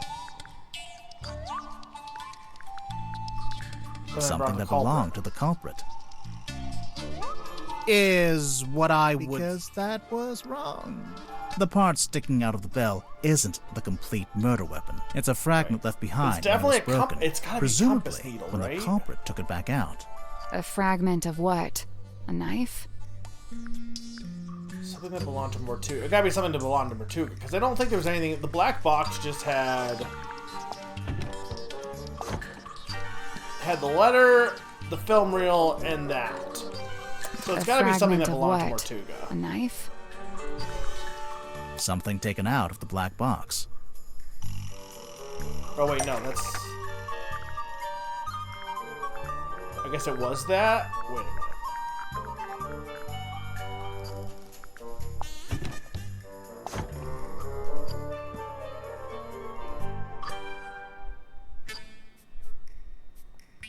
There's nothing else in the black box. Rusty film reel, a ripped skull, and the black... Well, that's not right. Something that was taken out of the black box. It's definitely a compass needle, though. I think we'll circle back around to this. Yeah. Something that was taken out of the black box. No.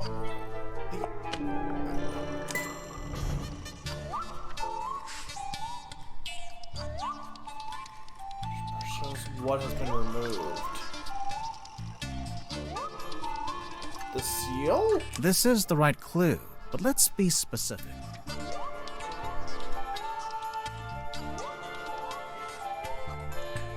Oh, this. The envelope's empty now, but there's an imprint of what was in there when Mortuga first opened the box. It's pretty clear. You can see exactly what shape it is. Okay, but what is it? And why was it in that envelope? I mean, I assume it's a pair of scissors, but... A pair of scissors? Really? No, it's probably a necklace, The envelope's actually. empty now. It's pretty clear. Okay, but because it would be a warning envelope, so it'd be her necklace. A necklace.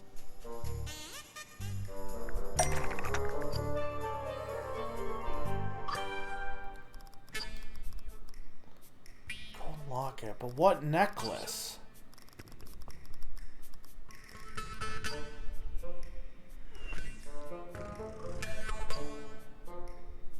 Oh, the figurehead.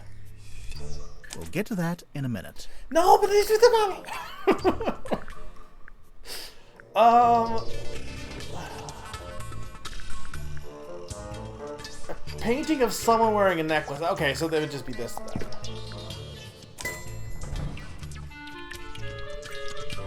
It once belonged to Felicia Stonetop.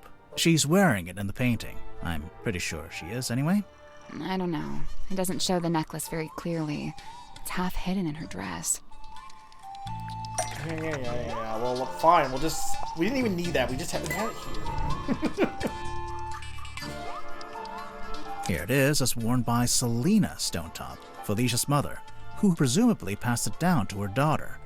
I'm assuming that's why it was eventually sent back to Silkworm, back to its original owner after Felicia died. So, the mourning envelope was sent to Fellow Manor, and then Selena, or Governor Fellow, or whoever, they put it in the black box. And then eventually Mariana comes along, finds the box, brings it onto the submarine, and hands it to Magnus Mortuga.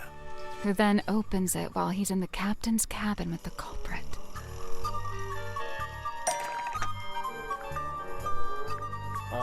That would be the windpipe.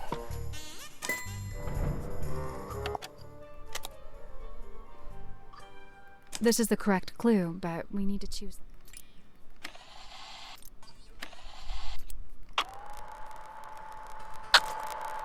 I really don't know why you're here. This doesn't concern you. Even if it does, it is wholly unrelated to our unfortunate voyage. It doesn't open that way. It slides out at the side. Let me do it. There's something inside. Wait. What's this? But what happened next? Well, we know Mortuga didn't stay too long in the captain's cabin, since Mariana told us he came back into the control room. So, maybe Mortuga left the culprit in the cabin with a necklace? And that's when they could have wedged it into the side of the iron bell, so that if Mortuga attempted to unlock the cauldron by himself... It would be the last thing he ever did. Okay. There's something I don't understand. What? Mortuga opened the cauldron in order to take something out, and that's when he was killed. Right. So why was the cauldron empty? Culprit stole the cauldron. The culprit stole the contents of the cauldron. That's the only way to explain it. But how did they get to it? How did they get to the cauldron? You mean because the room was locked? Well, not technically locked, but Mortuga turned the wheel to shut the bulkhead door from the inside, and he shut it tight, probably as tight as he could, and by all accounts he was pretty strong.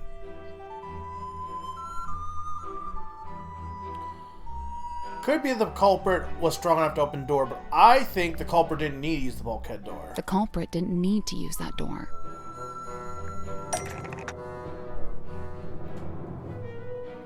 They came in via the captain's cabin. Yeah. You know, through the hole in the floor. Surely Mortuga would have made sure nobody could get into the captain's cabin. How?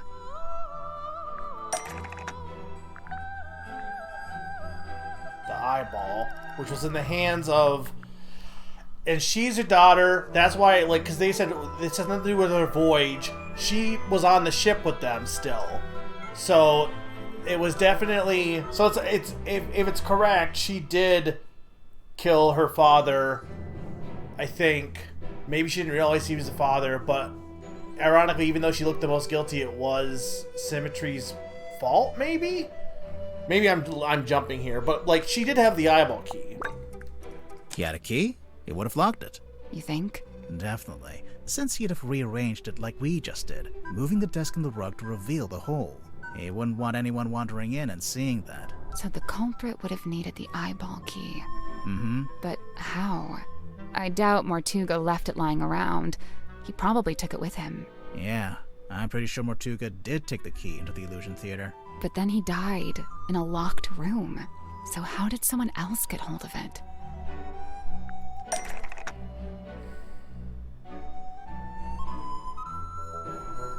Oh wait, no, maybe it fell into the vent.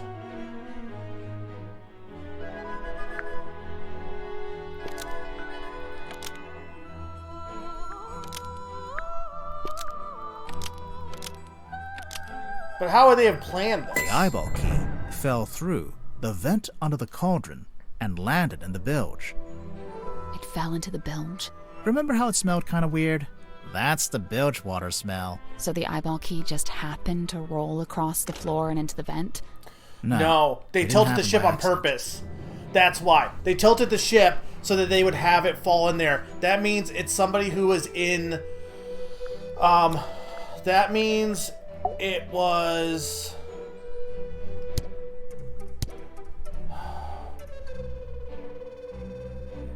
Who went up back up to the cat? Was it Cynthia that did it then? But then Symmetry had the eyeball key. Maybe she hid it to protect Cynthia then. No. But then when it didn't Cynthia happen by wouldn't... accident. The culprit tilted the submarine. But wait, that was before... Okay, wait, Cynthia... Oh, wait, what was the sequence of events? Cynthia... Okay. Cynthia didn't... When... I wish you could, like, look back at what their where their placement was throughout the evening. The doctor was going down to the water thing. Cynthia did look at the compass, But that was after the ship tilted, I'm pretty sure. I'm pretty sure she said she was woken up by the... or was alerted by the tilt. So...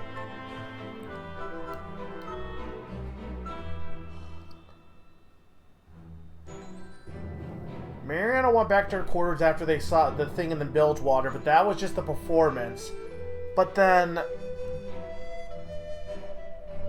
What's-his-face? The balloon guy said that he heard a second body fall. But somebody had to tilt the thing up, though. But I know Tadpole was all over the place, too. I was thinking maybe Gib, but Tadpole also was on the roof. How do they tilt the submarine? I mean, I guess the ship's wheel?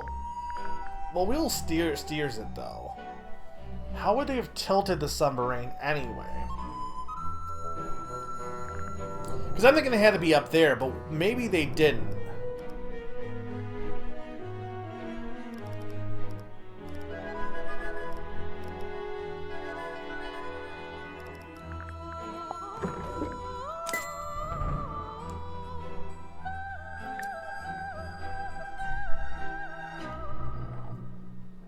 The valve, no, I think that's what they said. Right? Making the submarine surface tilts the front end up and the back end down. They moved the whole submarine just for that? Yep. Did we, have any evidence for that? Aside from most of the suspects mentioning it in their statements. Oh, yeah. Anything else?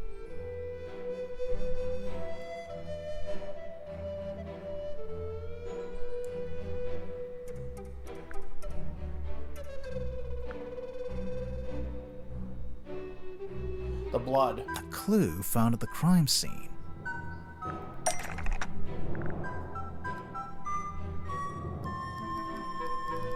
mean, the blood, but is there something else?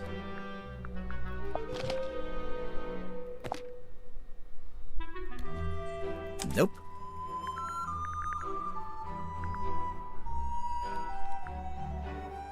The moon vial? No. Floor of the crime scene.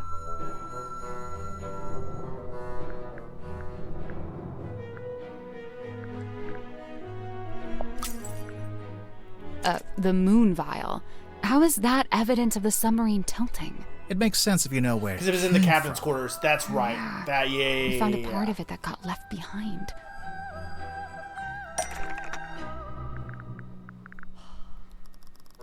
Okay, there's the ship.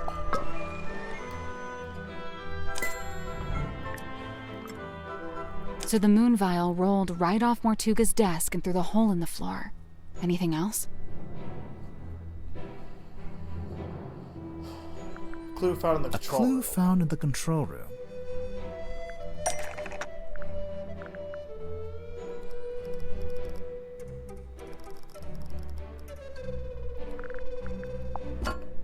Nope.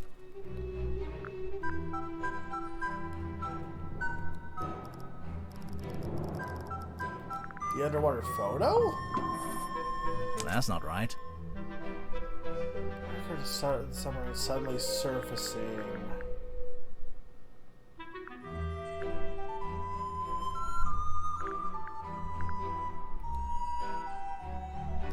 It was in the control room.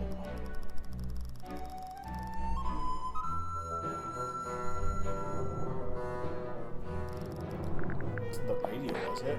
Well, that's not right.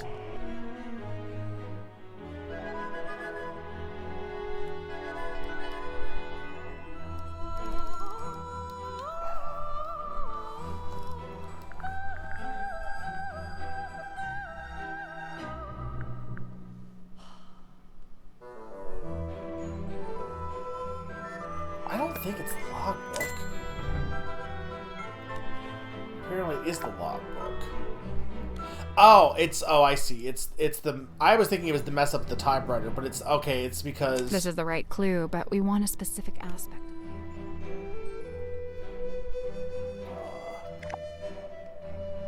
A log card from the day of the murder.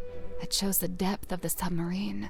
It starts at 0 That's when it surfaced. Presumably that's when Mariana came on board. It steadily goes down, but then later it suddenly goes back up again. Anything else? A phenomenon observed at the crime scene. This is the blood. Mortuga's blood. It pulled out first, but then started running down towards the bilge vent. Once the culprit had the key, they could let themselves into the captain's cabin, which, as we know, gave them access to the crime scene from above. They climbed down the rope, through the hole, and into this room, where they were free to take the content of the cauldron for themselves.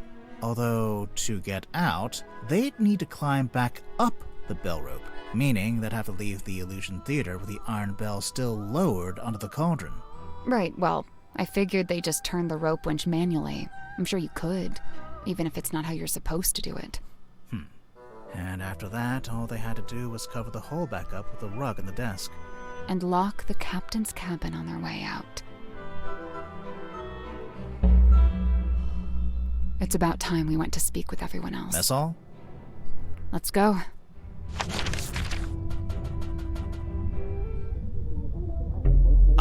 Where did everyone go? Wait, do you hear that?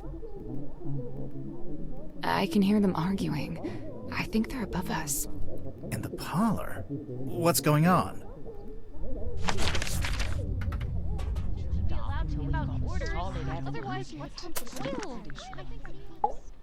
So, hang on. This is just the order in which they came on the submarine.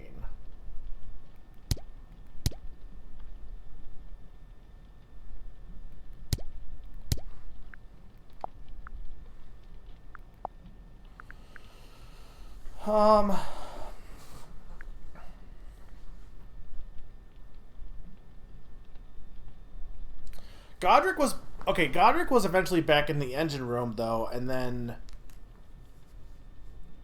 okay, hang on. Let's see if I can figure this out. Cynthia and Symmetry were both alerted by the tilting. I don't know if Mariana Moon was. JD went to his room and then went back after the tilting. I don't remember what Dirk said. I think it might be Tadpole. Just based on the fact that she had the whole thing where she went up on the roof at one point. And then went back around and swam outside.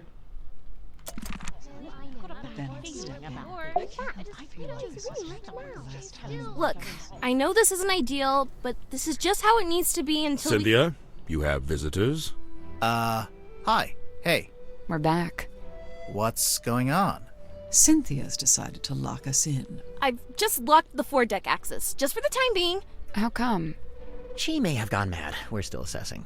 She's worried the culprit will attempt to escape as soon as they're named. Oh, we're naming the culprit? Lovely. Been looking forward to this.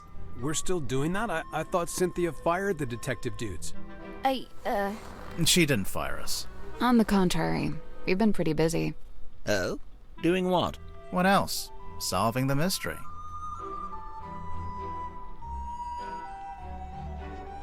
Did she know we were going to do this?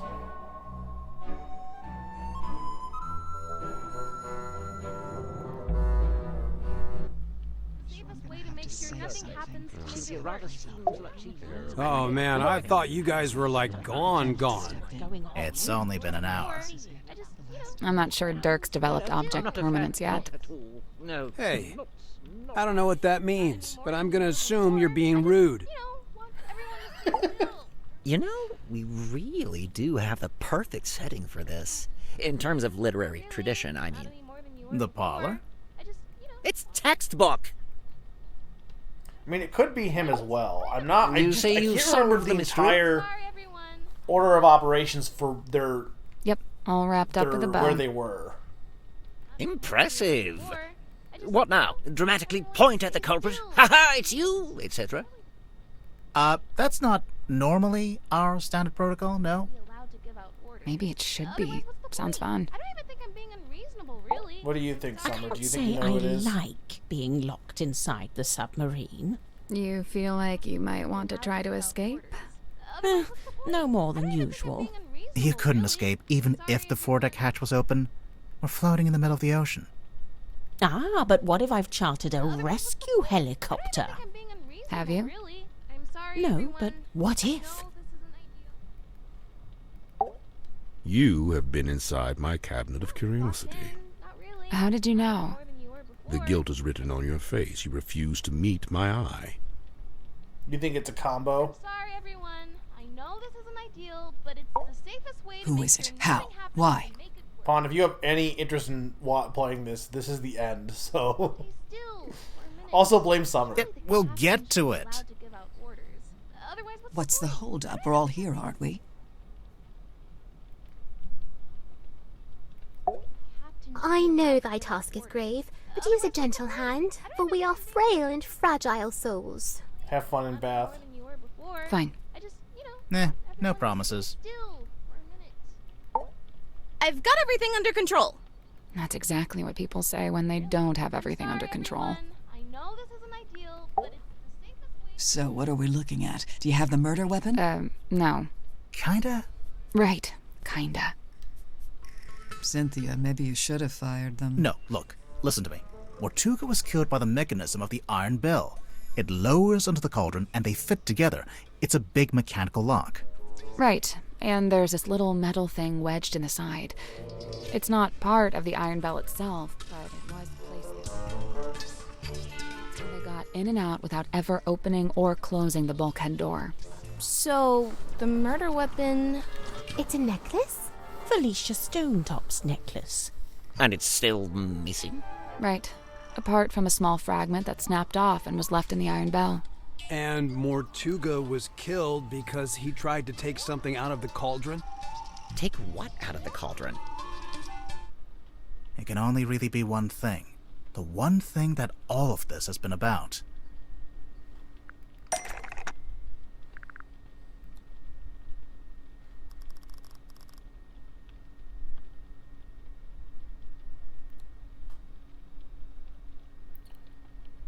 What was Mortuga keeping in the cauldron? I guess it has to be the mermaid's tongue, which means the doctor stole it. The mermaid's tongue.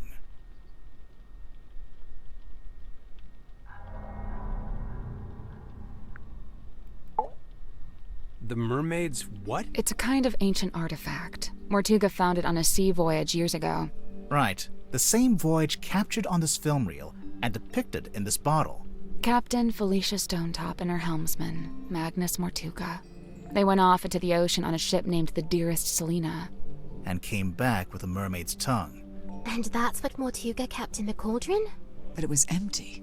It's been empty since we discovered the murder. Quite right. If this mermaid's tongue came out of the cauldron, where's it been this whole time? Well, we found it in Dr. Zephyr's cabinet of curiosity. Did you? Fascinating. He retrieved it. No, wait. What is it? What does it do? He retrieved it from the bottom of the ocean, probably, right?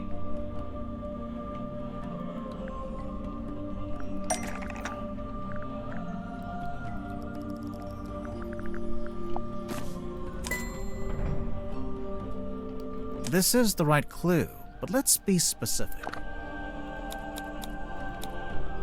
The mermaid's tongue, said to facilitate communication with she who lies beyond the veil.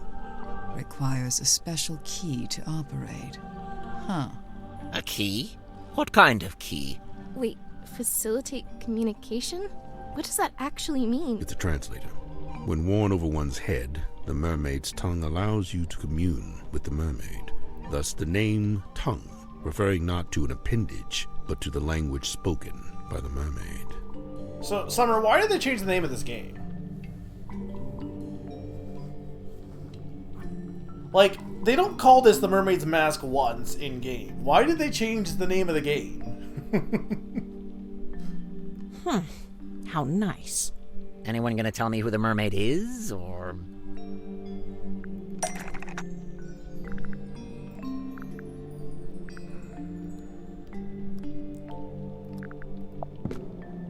So there's a painting, painted by Selina Stonetop, we think.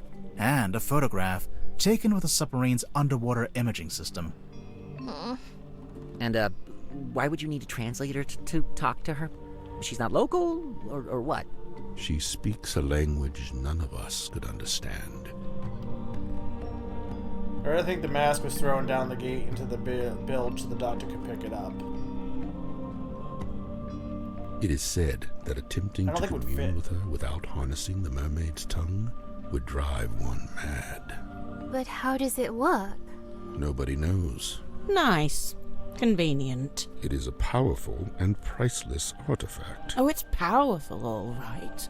Look what it's doing to all of you. I don't know, guys. I'm not sure if I'm buying into this thing. Kinda just looks like some grody old leather mask. I will say, anyone that's come in, I was watching right now, just a heads up, this, like, I've been streaming for like almost 12 hours.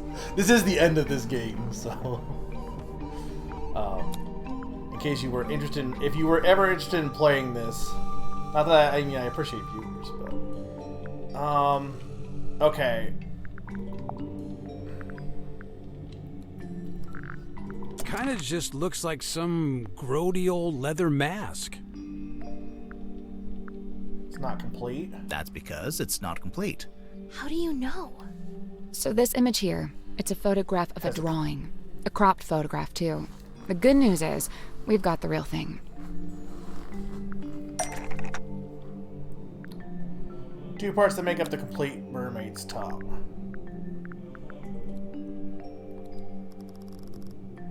Oh, hang on. That's not it. Oh, the upper part of the image is... That's not it.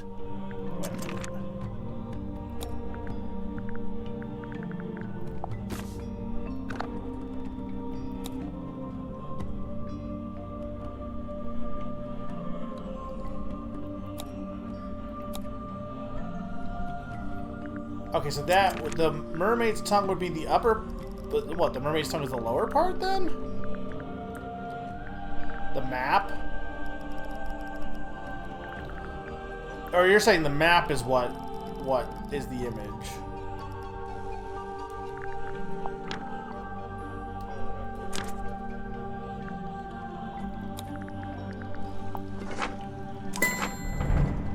The coral. It turns out the ocean map shows what it's supposed to look like.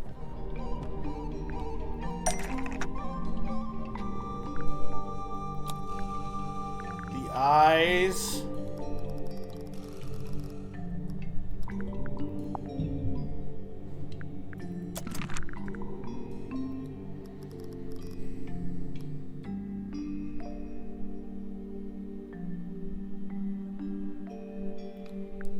Are these just these?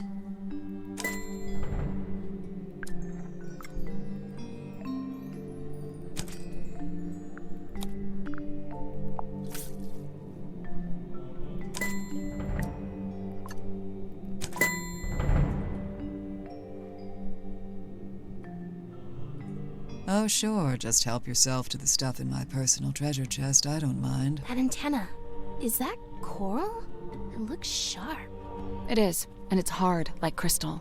I'm pretty sure it explains the scratch marks in the cauldron. But why did Mortuga keep it locked in the cauldron?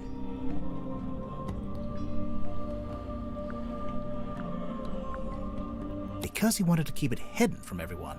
The mermaid's tongue being on board was a secret Mortuga was keeping. The cauldron was covered by the sailcloth and locked in the storeroom, and Mortuga wanted to keep it that way. It's true. When he saw my poster, he told me we had to keep the cauldron covered up. Why the cauldron, though? Wouldn't it have been less conspicuous if he just kept it in a wooden crate or something?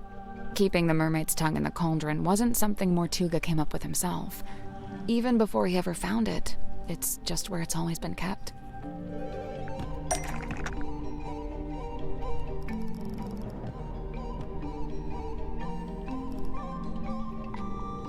I'm on it. No charge. I went to sleep for like 4 or 5 hours. I wake up and you're still going. What Look, the hell, blame Megan? Summer. Blame Summer. There it is. See? In the cauldron, beneath the iron bell, beneath the wooden buoy. But that was a long time ago. How do you know the mermaid's tongue was still in the cauldron at the time of the murder? Look, sorry, this game is basically double the length of Tingle Tower also. I really should have done 2 streams for this. But I was up for it. I was like, whatever. Summer's probably worse than me because I stay up all night, so I'm not that wrecked, and I ate peanut butter crackers. Summer's probably dead after this. Well, Tadpole told us about someone she saw on the aft deck shortly after the murder. She described it as a demon with a single horn and glowing eyes. So someone to put the mask wearing on. the mermaid's tongue. Right. We figured they'd just taken it from the cauldron after killing Mortuga. So the culprit knew about the mermaid's tongue, knew what it was, knew how to use it. Definitely. But Mortuga never really told us about any of this. How did the culprit know about it? I mean, I feel like it has to be the doctor, but like, that's like, I don't know, it seems kind of obvious at this point.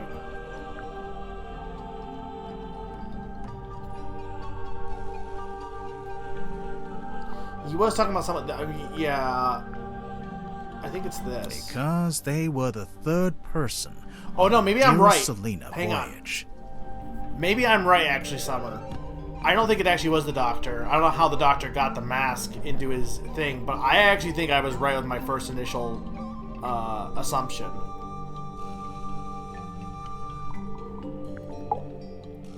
The third person? In addition to Magnus Mortuga and Felicia Stonetop, I assume.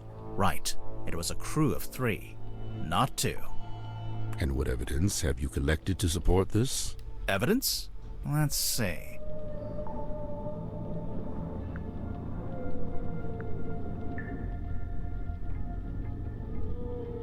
The audio recording of Mortuga opening the black box. What recording is this? I really don't know why you're here. This doesn't concern you. Even if it does, it is wholly Also, thank you for the sub. unrelated to Sakani. our I don't think I said unfortunate that. voyage. That was a sub, right? Yeah. Thank you for the sub.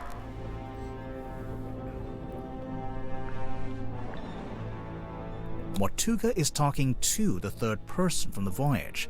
Is he? I only hear the one voice.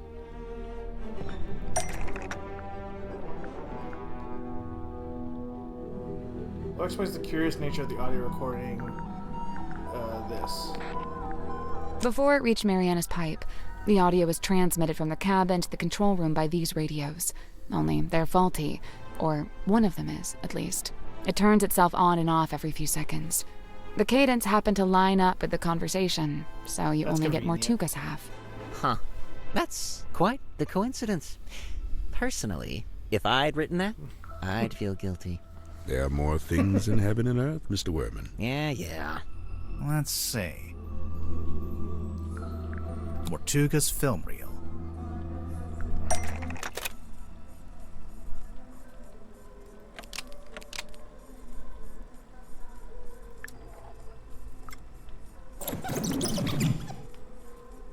Oh yeah, look at that. Spooky. Let's see. The ship in a bottle.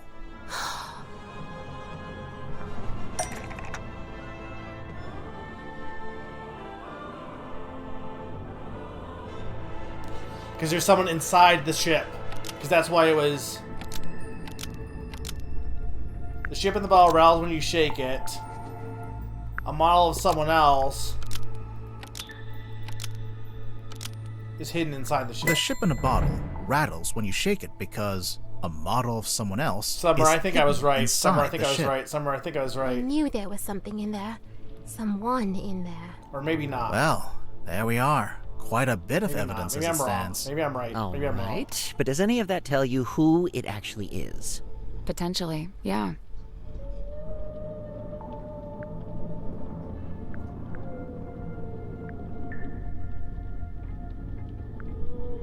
The remarks made by Mortuga on the audio recording. I'm not so sure Let's think about this All again. right, but does any of that tell you... Potentially, yeah. The Oh, you ship can in a see what the bottle model looks rattling when like. you shake it. Wait, the model person inside the ship? There's a way to work out who it is? I can think of a way. Let's do it with logic and reasoning, shall we? First, we'll compare the ship in a bottle with Mortuga's other wooden model. Maybe it is the doctor though. But I mean, it feels too obvious for like how much we're going through this though. Because I know like he's like. The model town. What about it? There's a film. Oh right, there's a film reel in the thing. But hang on, the lighthouse, the people in the town, the people who aren't in the town. Right, because okay, so it'd be the people who aren't in town. The people who aren't in the town. What do you mean? Mortuga and Felicia aren't in the town because they're on the ship. Selena too, I suppose, since she's the figurehead. I don't think they're who she's talking about. It's important to remember that the model town is specific to Mortuga's life. When adding the model figures, he only included people he had dealings with. And he only detailed the buildings he was familiar with. The rest are just generic blocks. With this in mind, there's someone else who should be here, but isn't.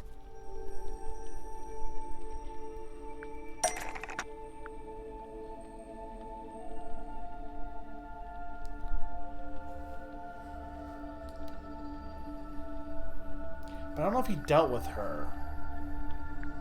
Zephyr was not supposed to be in the town. Godric. Mortuga made a detailed model of Grip's shop. It's not a generic cube like everything else, which means there should be a model of Grip himself. But it's not there. So it was Grip. But and why would Mortuga Grip. include Grip in his model town? Did they know each other? And if they did, how did Grip end up going along on Mortuga's ship? So he lied about he wanted to go back there.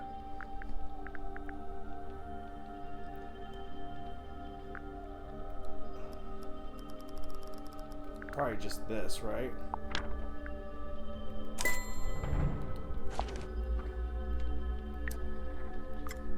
And there's a sticker on the back of the map. It's a service record from Grip's shop.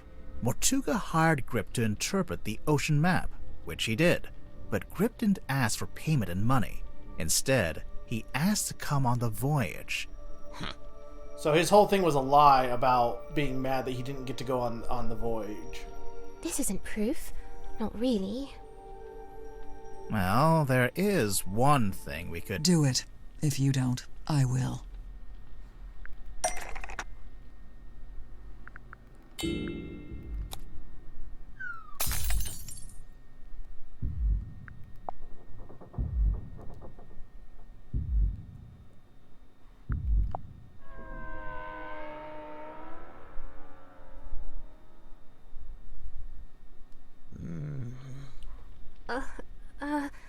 Mr. Grip being on that ship isn't actually evidence that he murdered Mortuga. What about the murder weapon? What happened to it? Right. Nor is this evidence that he used the mermaid's tongue. Wouldn't he have needed that special key?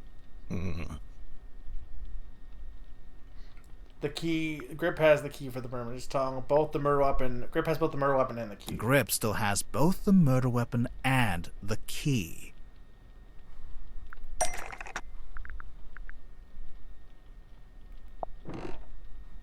That's not it.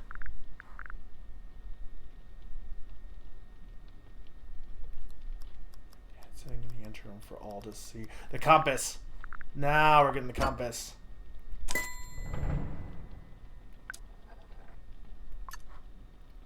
But why? So this compass was acting up. Why was the compass acting up though? Was it because he jammed this in there then?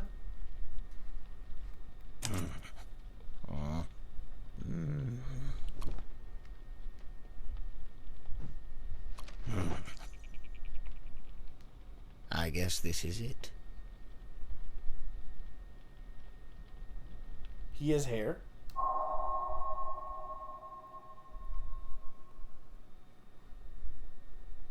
What if Nami was evil?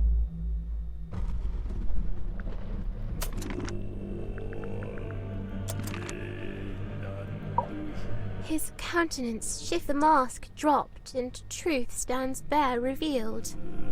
He looks terrified. You get 10 minutes. Then it's my turn. What are you going to do? Actually, it might be better if you don't answer that. What about her argument? Oh no, she's saying that she wanted him to leave and go. He stands exposed at last, and witnessed by no less than a full court of his peers. But how did you get them? Yeah, well, we kind of backed him into a corner. Literally. I wonder, is it bravery or surrender? Accepting that your world will render. Nothing. Fascinating, but not wholly unexpected. Oh no? You had it sussed out? To a certain extent. You could have told us. Saved us some time. And what if I'd been wrong? What do we do? What do I do? Should I put him in the brig? There's a brig? I was thinking maybe we could use one of the bunk rooms. We could lock it from the outside. Let's cross that brig when we come to it. Sally! Sorry. The villain reveals himself. Another classic literary trope. Let me guess, he's about to monologue about why he did it. I'd be disappointed if he didn't. What happens now? We call the cops or what? With what? Well, the cell phone... Oh, yeah, no signal, huh?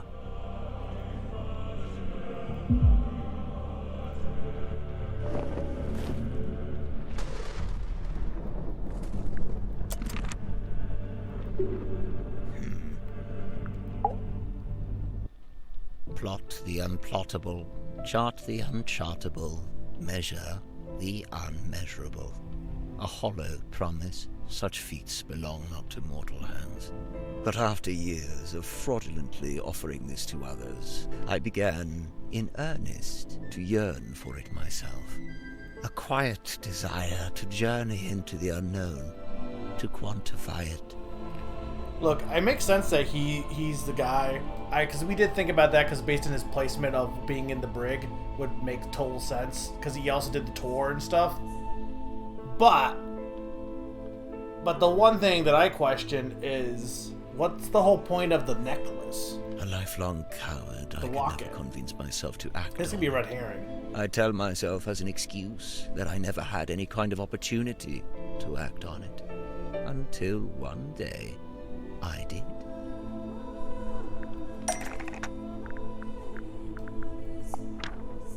We keep picking this, unless it's wrong. Mortuga sought me out. Sought out my services. Not because we were friends, but simply because I was the one with the skills to interpret that inscrutable map of his. Sensing an opportunity at long last, I refused financial payment for the work. Instead, I asked to be brought along on the ensuing voyage. Mortuga was surprised by the request, but he ultimately agreed to my terms. Such was his desire to interpret the map. The work was done, and so we went. Despite my bold intentions, I mostly found myself sheltering within Felicia's cabin during the voyage. All the while, she and Mortuga stood around on deck looking windswept and heroic, far more at home on the sea than I. Regret reared its head. Regret over inviting myself into their world. From within the cabin, I sat and listened to their conversation. Felicia was telling Mortuga what they were looking for, what they were hoping to find.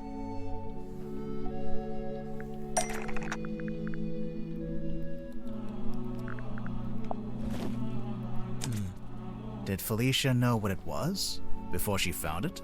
Somehow she did. Her description to Mortuga was thus: a mask worn over the head. It facilitates communication with an ancient being of eternal mystery. That's really how she worded it? Everyone is willing to fight for it. I wish Nikki was still awake for this, but maybe she'll wake up, but I doubt it. With the right contraption in your pocket, even the great unknown may be quantified and calculated. And here it was.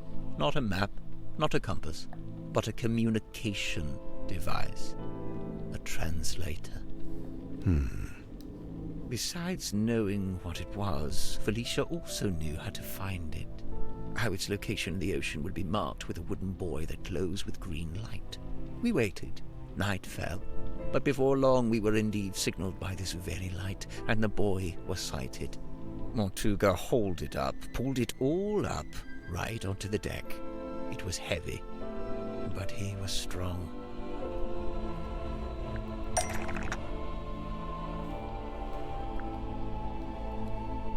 Did we ever find... They said Felicia's diary, but I don't think we found it, did we? I'm not sure what Felicia's diary was.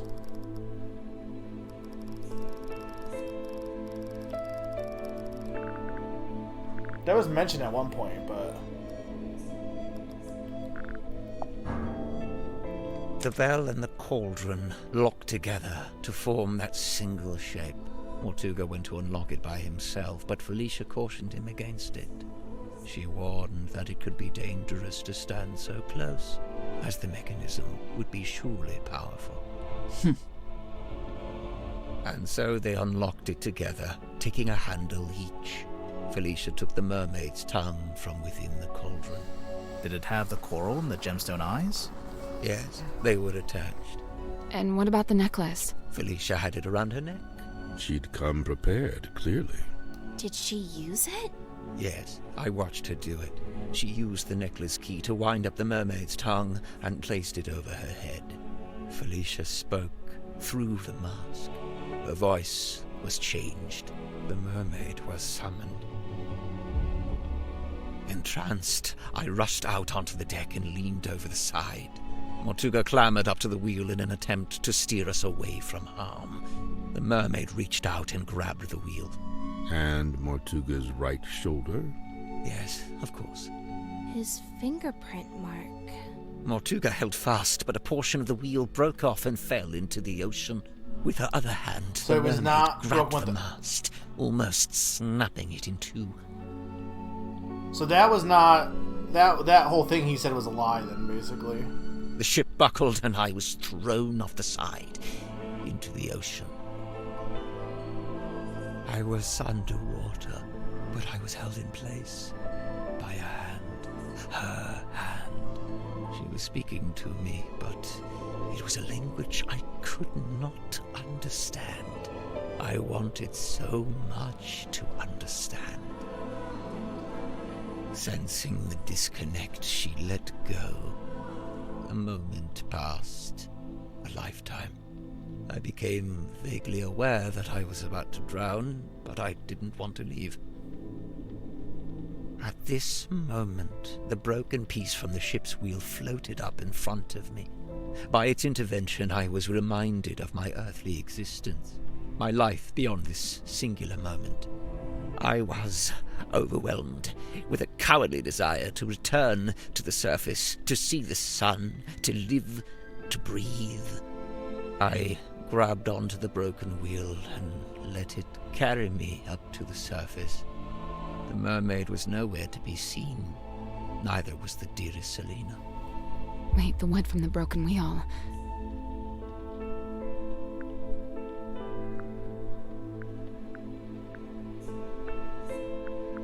It eventually became Cornelius Kane. Correct. It has been my earthly tether. The feel of the wood in my hand, a tangible reminder of that desire I once felt to live and to breathe. But what happened? Weren't you stranded in the ocean? Somehow the currents carried me back to the Silkworm Coast. I took the broken wheel piece back home and fell into a deep sleep.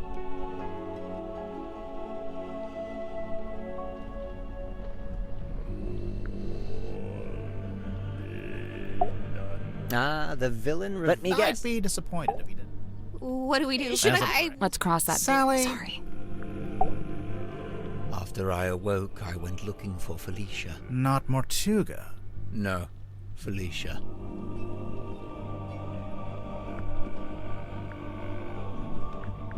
Felicia had been the one wearing the mermaid's tongue. Correct. Given what I knew of its function, I surmised she may have understood what the mermaid had said to me. I went to the Stone Top Inn, but Felicia was not there. I searched through the empty building until I came to Mortuga's room. I was encouraged to see that he had at least retained the wooden buoy and the iron bell. Mortuga was in his bed, asleep. He looked ill, weak. I woke him up. I asked him about the mermaid's tongue. What had happened to it? Where was it? At first, Mortuga said nothing. He merely looked at me. He told me that he and Felicia had locked it away in the cauldron and thrown it back into the ocean. He said they'd kept the wooden buoy so that nobody else would ever be able to find it, and they'd kept the iron bell so that even if someone was to come across the cauldron, they wouldn't be able to unlock it. I was horrified to learn this. My only chance of summoning and communicating with the mermaid lost beneath the waves. Or so I thought.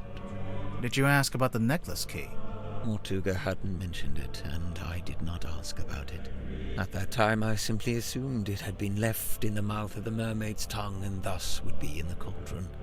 I demanded that we take the dearest Selena back out on a second voyage to recover the sunken cauldron. Mortuga said it was impossible. For one, the dearest Selena couldn't recover it from the bottom of the ocean if it was not attached to the buoy. And secondly, Felicia had decommissioned the ship and it was being taken apart at the shipyard. In explanation, Mortuga handed me a folded piece of parchment.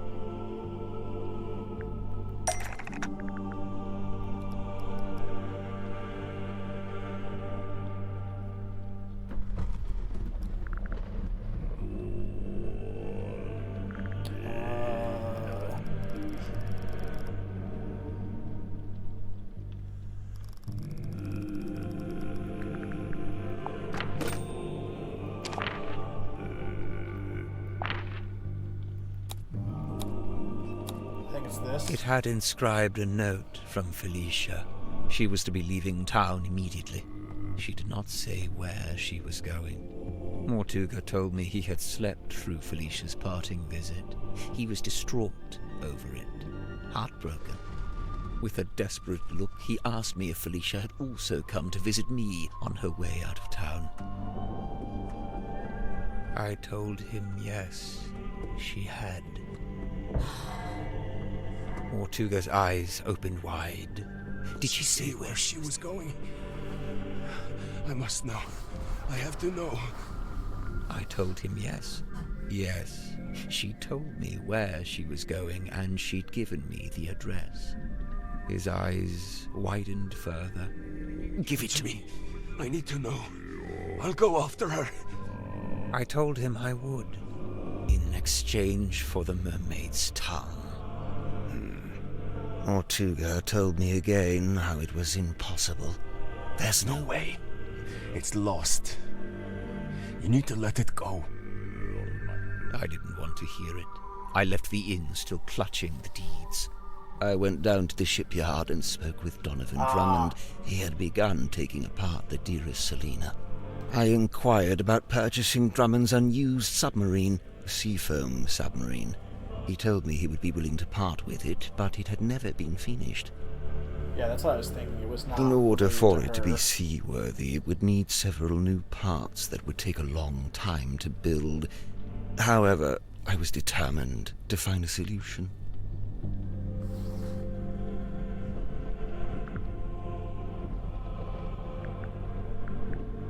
You offered to buy both the Seafoam submarine and the dearest Selena. Correct. I suggested we could use parts from the sailing ship to finish the submarine. Drummond merely asked how I was going to pay for 2 vessels. I showed him the deeds to the Stone Top Inn. He accepted it as payment. Is the inn really worth as much as 2 vessels? Perhaps not, but in truth I think Drummond was glad to have an excuse to part with them. Besides, I knew all too well the allure of a worthy challenge, a chance to put one's skills to their fullest. Indeed, the task of combining the 2 incomplete vessels into a single seaworthy one was highly intriguing to him, and so it was done. But if you commissioned it, why was it called the Mortuga submarine? Who painted that on the foredeck? Drummond did. He didn't want it to say Seafoam any longer. Too many painful memories. But why Mortuga and not Grip?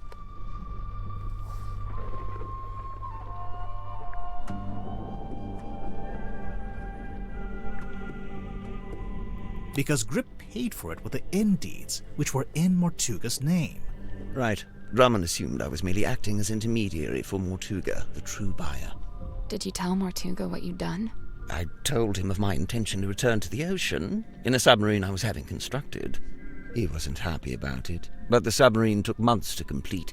That was enough time to convince him to come with me and help search for the mermaid's tongue. He only came with you because you were pretending to know where Felicia had gone, and you were withholding it from him. Correct. What were you going to do if and when Mortuga realized you'd been lying to him?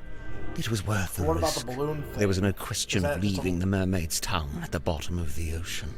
But it wasn't lost in the ocean. Mortuga had it the whole time. Correct. As I had lied to him, he had lied to me.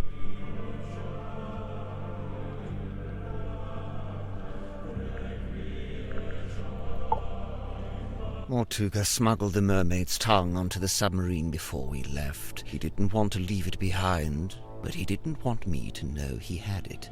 Smuggled? How?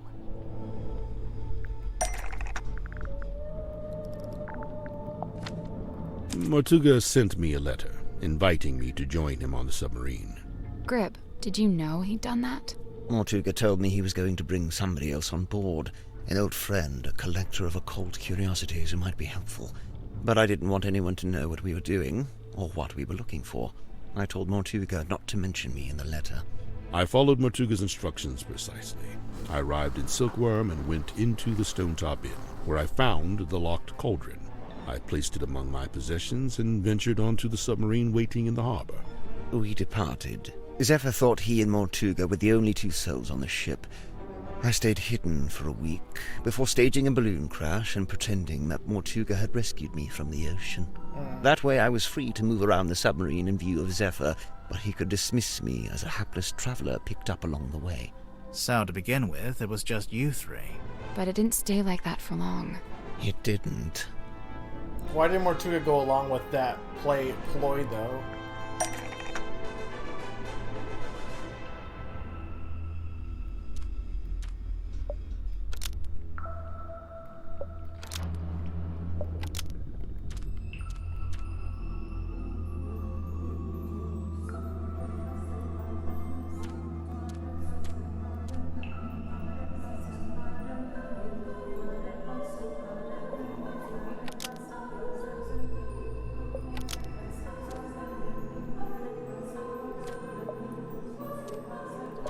Can we not go? Oh, I see. Okay.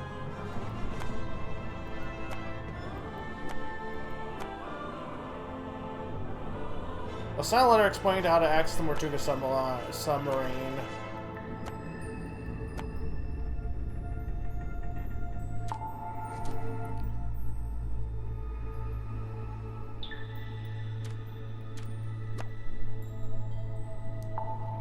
Was hired by Grip to kill. Was hired by Mortuga to find information about Felicia Stonetop.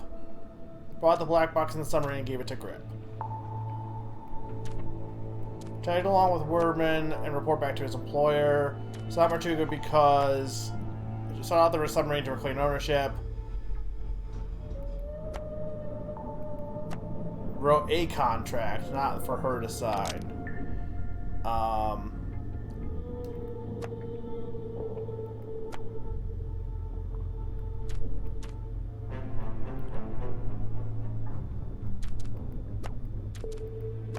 Argued Mortuga about the navigation resulting in no. Was with Mortuga when he opened the black box and discovered the necklace key. Does that smuggle it on board?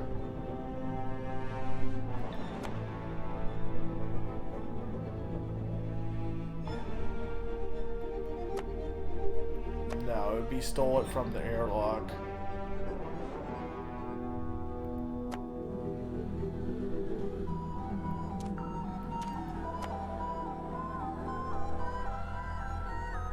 Why to make him miserable?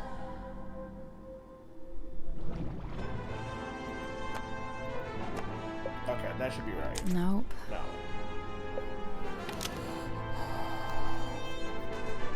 Oh, I just read. Okay.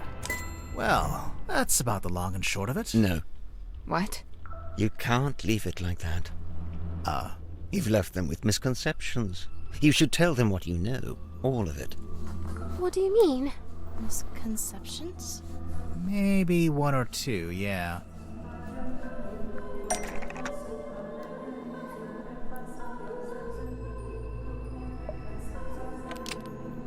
Even though he did not wish to leave the submarine, Maturka cannot accept Tapple's offer to give up his capacity to her. Before Maturka could leave the submarine, he needed... That's why he was stuck here, is because he needed a Felicia Stonetop. He always did think he would make the best captain. And he did want to leave. But he couldn't. Not without the information he so desired. Not just that. Since it turned out he had the Mermaid's tongue on board the entire time, I don't think he wanted to leave me on the submarine with it. He didn't want me anywhere near it. He was trying to protect you. I'm aware. So they became captain because of the command contract, but it has another page that was discovered inside the message in the bottle. While it's true that Mortuga did decide to create the command contract after Cynthia showed him the Indeeds, the contract was never intended for Cynthia. So, who was it for? Me. Once Mortuga found out the Indeeds had been used to pay for the submarine, he realized for the first time that he was its legal owner. Right. Mortuga didn't think he was actually the owner. We thought Mortuga was the owner, but it was actually Grip the whole time. He really hadn't known that before? No, he'd always assumed I paid for it with my own money. Armed with the new information, Mortuga attempted to use it to control me. Thus, the command contract. What exactly was he hoping to achieve? To strong-arm me into telling him where Felicia had gone, and to cease my search for the Mermaid's tongue. But it didn't work. Of course not. Wasn't Mortuga supposed to be paperwork averse? I'm surprised to learn he would try to control someone with a contract. Where would he even get an idea like that? That's my bad. I ended up telling him all about contracts, what they are, how they work. I guess Mortuga thought if I could be controlled by a contract, maybe someone else could be too. So it's all your fault. Werner was lured into the submarine by the handwritten letter, but it wasn't actually from who it was claimed to be, which was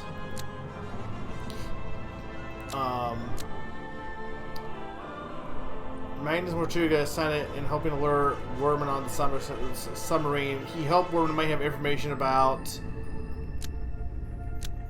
Felicia Stonetop because Werman's father had been acquainted with her. Wait, so Mortuga wrote the letter? Not exactly. It was his idea, but he wasn't one for writing by hand, so he asked me to do it for him. Yeah, that makes sense. But why Ibis? Mortuga didn't want to reveal too much in the letter, so he had the idea to pretend to be a neutral third party. We learned about Ibis from that newspaper page, but it just needed to be someone you would listen to. Honestly, I'm surprised it worked. Huh. This explains why Mortuga kept asking about my father. Oh yeah, I was wondering about that. Were you able to tell him anything? Summer, are you still awake? Afraid not. I haven't spoken to my father in years. Do you think he would have known anything about Felicia? About what happened to her? It's possible. What are your thoughts? You haven't really reacted much. Watching Cemetery perform, the stargazing girl did not make Mortuga miserable. He was already miserable because he had just found the mourning envelope, which informed him. Oh, so he didn't actually know that Felicia had died. This was sent to their residence. And he didn't actually know that she had died yet. See? That makes sense. I told you. You didn't make him sad. He just learned about the death of his beloved friend. Friend. Friend. What I did, it was... You didn't know? Symmetry, let it go. Your anguish. That goes for all of you. Mortuga's actions, his decisions, all motivated by that same singular desire. It was all in effort to locate Felicia Stonetop. Her. Likewise, it transpires that Godric's actions were also motivated by a singular desire. To commune with the mermaid. Her. And when they opened the black box and found the mourning envelope, found the necklace key, it all came to an end. Well, what are you waiting for? Go ahead, open it. Godric, I really don't know why you're here. This doesn't concern you. Oh, but it does. I'm to believe the box may contain information on Captain Stonetop. Even if it does, it is wholly unrelated to our unfortunate voyage. I'll be the judge of that. There could be anything in there. Listen. I prefer you not to shake it like that. Besides, it doesn't open that way. It slides out at the side. Let me do it. What's all this? A scroll? An envelope? There's something inside. Wait. What's this? We both know what that is. That's Felicia Stonetop's necklace, isn't it? Isn't it?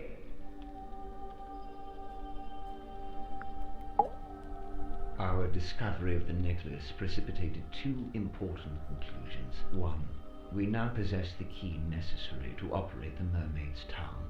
In my complacency, I had not even known it was missing, simply assuming it lay within the cauldron. But no, Felicia had taken it away with her, and now, through what twist of fate, it had returned. Which brings me to conclusion two. The fact that her necklace had been sent to her parents in a black-rimmed envelope attested to us that Felicia Stonetop had died. What if it was just sent in a black rim envelope because they just really liked black? Even through his burgeoning grief, Mortuga could see in my eyes how I wished to make use of the key. Fearing what ruin might follow should I act, he did what he had always done. He lied. Lied about having the mermaid's tongue on board. He had your best interest at heart, Godric. We both know this. However, it was a lie that no longer worked on me, for I had laid eyes upon the truth. The truth? About what Mortuga had in the storeroom. Because you had done it for your trick. Because of the poster. Correct. I had seen Symmetry's drawing of the cauldron. He asked me to change it. I was going to change it. So now you had everything you needed. The key, the bell, and the mermaid's tongue itself, albeit locked in the cauldron. On that note, I had also surmised Mortuga's reason for rigging the iron bell onto a winch above his desk. I concluded that he had set it up this way so that he could unlock the cauldron and access its contents himself. You think he wanted to use the mermaid's tongue? You'd like to suggest Mortuga would be immune from such things, hmm? I concede it may have been an alluring prospect, but actually choosing to act, it displays a dangerous hubris. Well, maybe he just wanted to be able to get to it, but not actually use it, you know? Grip, did you actually accuse Mortuga of wanting to open the cauldron? Of wanting to use the mermaid's tongue? I did, and he flatly denied it, which caused an argument. Truth be told, we were both sick of each other. The last vestiges of our mutual decorum fell away. He attempted to shut me down with cold logic, insisting that it was not possible for one man to simultaneously turn both dials on the iron bell. Wait, is that true?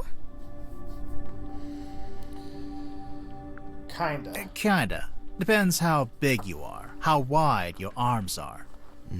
I knew Mortuga would be capable of it, and I could see in his eyes that he intended to do it. Well, not to side with Grip here, but he was right. Mortuga did open the cauldron, didn't he? Perhaps his intention was simply to move the mermaid's tongue to a newly contrived hiding place. Maybe he was just gonna destroy it. That he should have done years hence, I might add. Grimoire, what do you think?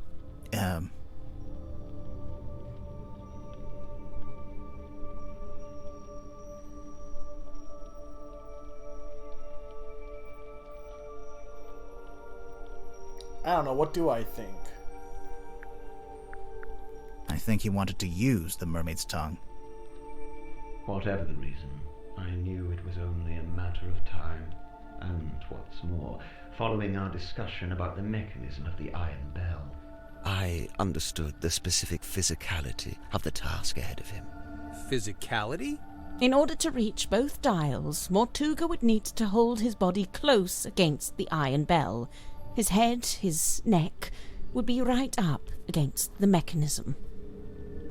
Overcome with frustration and grief, Mortuga had left the room. He had left me with the necklace key. I felt it in my hand, the metal cold and sharp.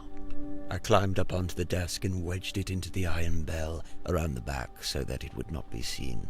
At least, not until the mechanism activated. You're a murderer. Call me what you will.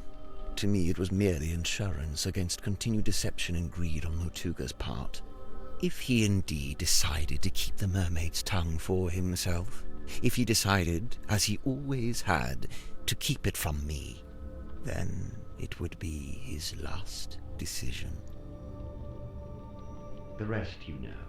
Having first locked himself in the room, Mortuga unlocked the cauldron and was killed by the blade of the necklace key.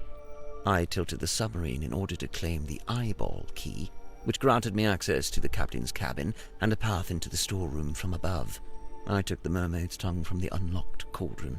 And then you went up to the aft deck and used it, didn't you? I tried to, but you stopped me. You're welcome. Tadpole then dove into the ocean and collected the pieces. Including the coral and the gemstone eyes, which she kept for herself. Yeah. As for the mask itself, I just left it in my room. And I took it when I later visited the room to collect hex from the dome tank. Wow, you're admitting it, huh? I feel like we remember, I think we remember her saying she grabbed stuff, but I don't know if we realized it was in the mask at that time. I admit I moved it to a more secure location, ultimately a wise decision, wouldn't you say? Except it's not there anymore, is it? It's right here. It's dark! Grip turned off the lights. Someone grab him! But what was the thing with the compass being broken? Is she thinking it was broken and then... So he was lying. It was broken. It's because he jammed the key into it, right? That's correct? He took it. He must have. He can't have gone up to the foredeck. It's still locked. So she was right. It was broken, and then he just pretended it was... Yeah. He went up to the aft deck. What about the aft deck? Let's go. Maybe we can catch him.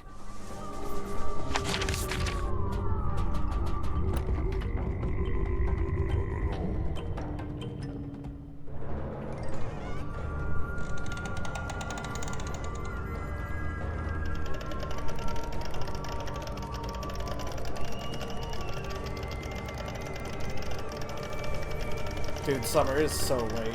I blame you. I should have done 2 streams of this, but whatever.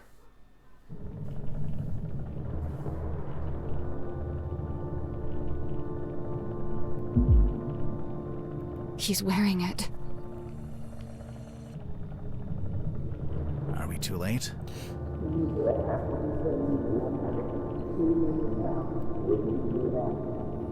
I don't...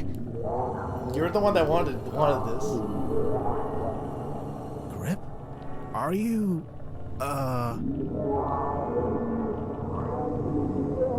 So he also got hit by the guy? Yeah, he has thing on his stomach. Wait, okay. where's he going? 95. Alright. I think we're almost done, Summer. Maybe.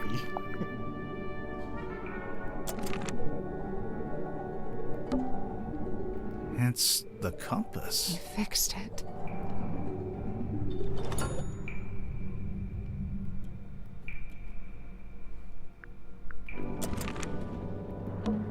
What's he going to do? He's locked the door. Can you see him through the window?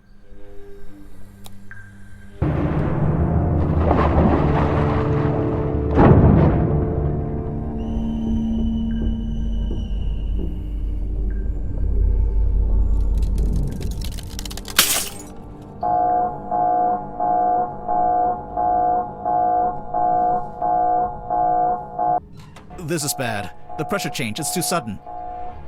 The submarine's not... Wait, what's that? What do we do? The radios. It's fast. It was too fast. It must be coming from the control room. Let's go.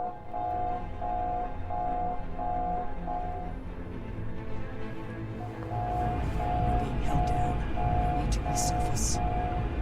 The submarine can't take it. The controls are going crazy. Wait.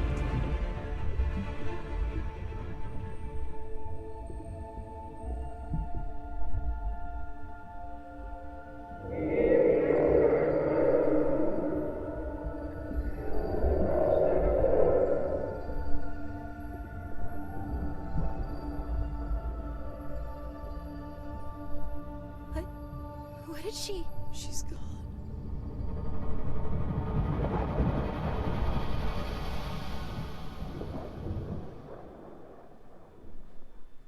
She let us go. Remarkable.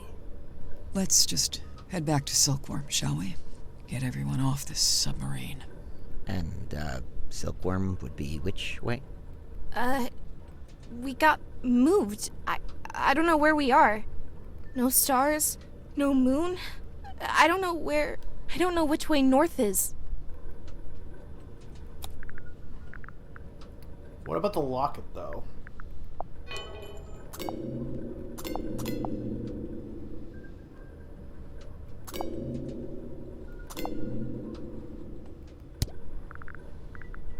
Anyway, where's the compass? He fixed it. Who was in that locket picture, though?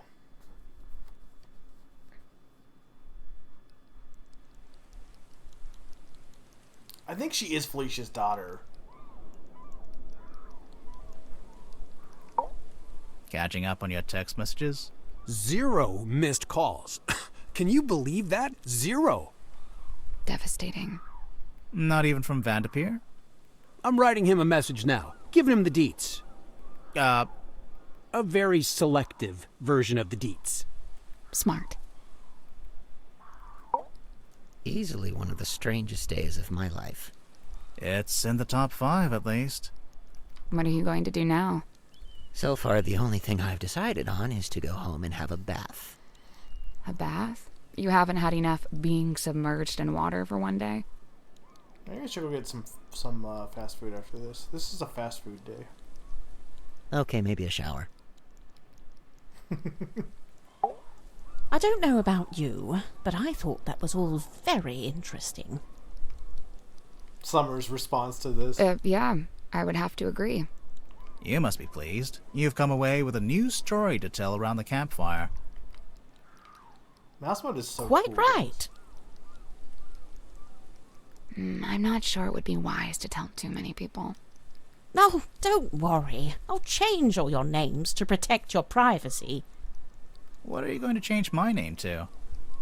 Detective Galathorn. Well, I love it.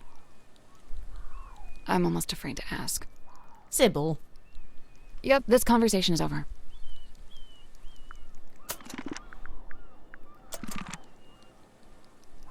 Where is the doctor? What was the point of the serpent then, too, also? You okay, Cynthia? She's still processing. I feel like there's some unanswered stuff, but maybe they were just like, you know, Of course. We all are. maybe it's just like supposed to be like, you know, red herrings. That, and we've just been to tell her stepfather that we're leaving Silkworm. Oh? Where are you headed? They're going to where Penny and whatever went to, and they're gonna just live in a cottage together and become lesbians. We, haven't worked that out yet. No, that's his phone. It's like a weird old phone. How much have you watched, Sakani? You've just been popping in and out. I know a place you could go. Really? Yeah, I've got a couple friends you could stay with. I'll write down the address for you. It's Poppy and them. They're just gonna have the thank lesbian you. cabin out on the idyllic hillside. I don't even know if they were. I don't actually think they were actually, but you know. You okay, Cynthia? She's still I gotta processing. remember. Of course. That and we I gotta I mean- remember. Yeah, I'll write down there. Tingle Towers Thank you. exact details still. The Stone Top Inn. 5 stars. Nice and quiet. Would sleep on floor again. That's fair. Are you okay? Yeah. You? Somehow, yeah. I never got to go to the lighthouse. Oh, hey. Maybe our next case will be entirely in a lighthouse. No way. This was it. This was the lighthouse case. Would you mind not leaning on the fourth wall like that? I'm just saying, next time the theme will most likely be totally different. If there even is a next time. This was a lot of work. It may be unsustainable. Now who's leaning on the fourth wall? Yeah, but this is a great game though. Are you surprised this didn't turn out to be about the Silver Snake? Yeah, I guess. Although, they may be more related than we know. What? The Silver Snake and the Mermaid? Yeah.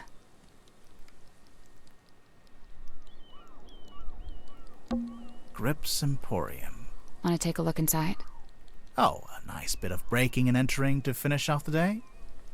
It's abandoned. It wouldn't be breaking and entering. I mean, I guess I've it done technically worse. would be,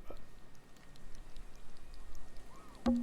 Performing tonight, Waylon Wolf.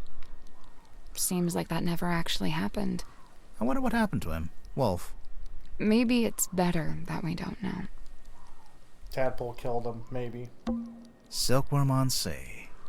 What do you think will happen to it? Bulldozed, parking lot, within a month. Grimoire. Well, what do you think? I think there's a chance the people who used to live here might come back. Well, half of them are dead, but... That was the weirdest submarine I've ever been on. And the last? And the last. Is everyone okay? I guess so, huh? Fit as a fiddle. Oh, sure. Just had my human perspective permanently and irrevocably shifted, but hey, what's new? But what about Grip? Did he die or what? I don't know. I don't know. But he made his choice. I really don't think it would do us any good to worry about it. Sally, did you write down that address for us? Yeah, I'm almost done. Just writing something on the back to help you out. Oh, like instructions? Kinda, yeah. You know, I really must be off. Ah, come on. You've got nowhere to be. You're quite right. Nowhere is precisely where I need to be, and I'm rather in a hurry to get there. All right, that was pretty good. I'll let that slide. And, Tadpole and Zephyr stayed on the submarine? Yeah. Are they gonna rename it? Of course not. You gotta keep the Mortuga name. It's like his fingerprint on history. You say that, but by all accounts, he actually didn't like the submarine very much.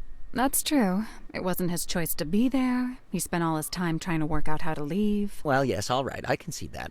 I'd say his fingerprint is right here. It's all of you. It's Symmetry, it's Cynthia, Tadpole, Zephyr, everyone he was kind to, everyone he helped. Dude, that's real. But what about the mermaid's tongue? What about it? Well, we still don't really know anything about it. How it works, who made it. Good. What? It's good that we don't know. It's right. The mermaid's tongue is a shameless shortcut, a trap for the impatient and the dissolute. But you don't want to know what the mermaid said? Oh, I want to know. But as I stand before you now, I can't know. You understand? That's just the way it's meant to be. The mermaid said, "Fuck you, get out of my ocean." But what about the locket? I wonder if, like, it's hinting that she's actually a secret fellow. I mean, I guess she was adopted by a fellow.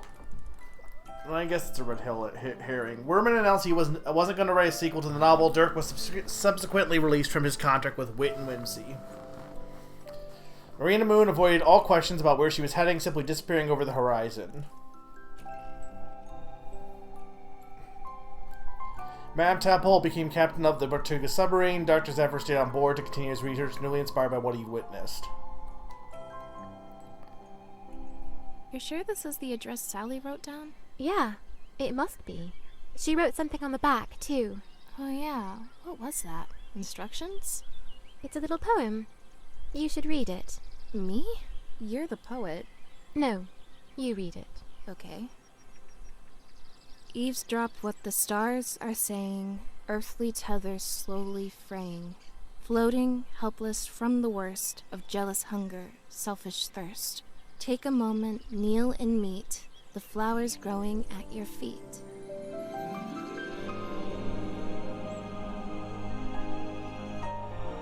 Was that like something that Freya wrote in the last game? I don't remember for sure. But this is definitely the fellow house, right? Or the where some of them went to after they left the man. Yeah, there she is. Here's Fifi.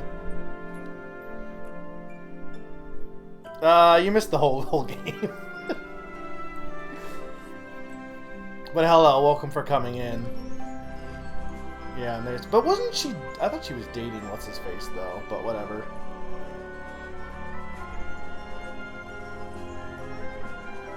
Great game though, and I mean the VOD split up, but it does exist.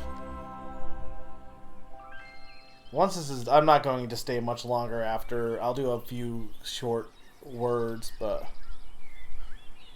there's not a lot to say after this because I have been streaming for like 13 hours.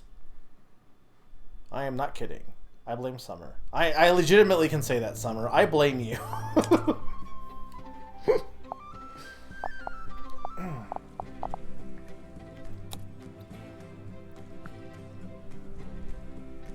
Enjoy playing around with the idea that she would be wearing nuts and bolts and spanners in her hair. At one point I gave her oversized spanner. Okay. But this is Dorothy Drummond. She was less an intrepid mechanic and more a goody two-shoes.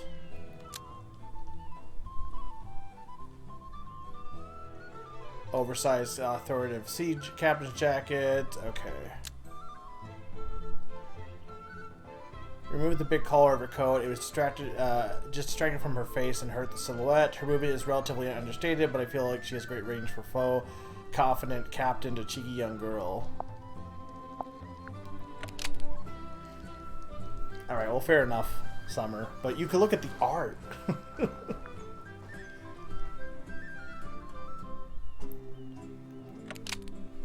No, I didn't want to look at that. So they so different people. Okay, I see. So it's different people. Yeah.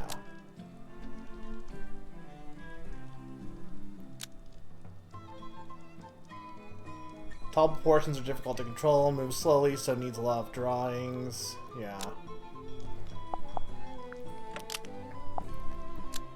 I'm not gonna read all of this. I'm just gonna look through these real quick.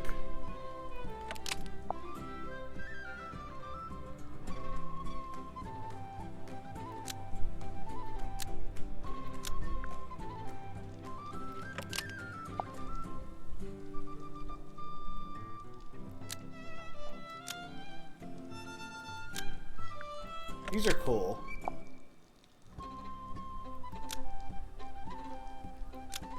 I do like Grip's final design. Like all the designs, like obviously these are like they are. I assume they were going to go with the art style they went with Tingle Tower. So obviously these were just kind of like experiments, and then they kind of like worked them into what they would actually be like for the animation.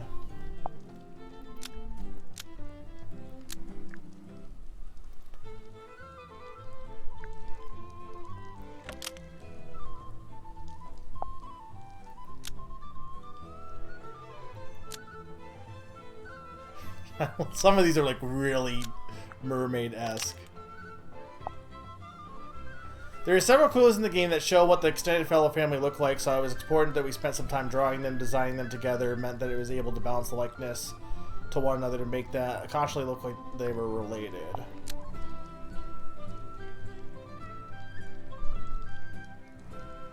Yeah.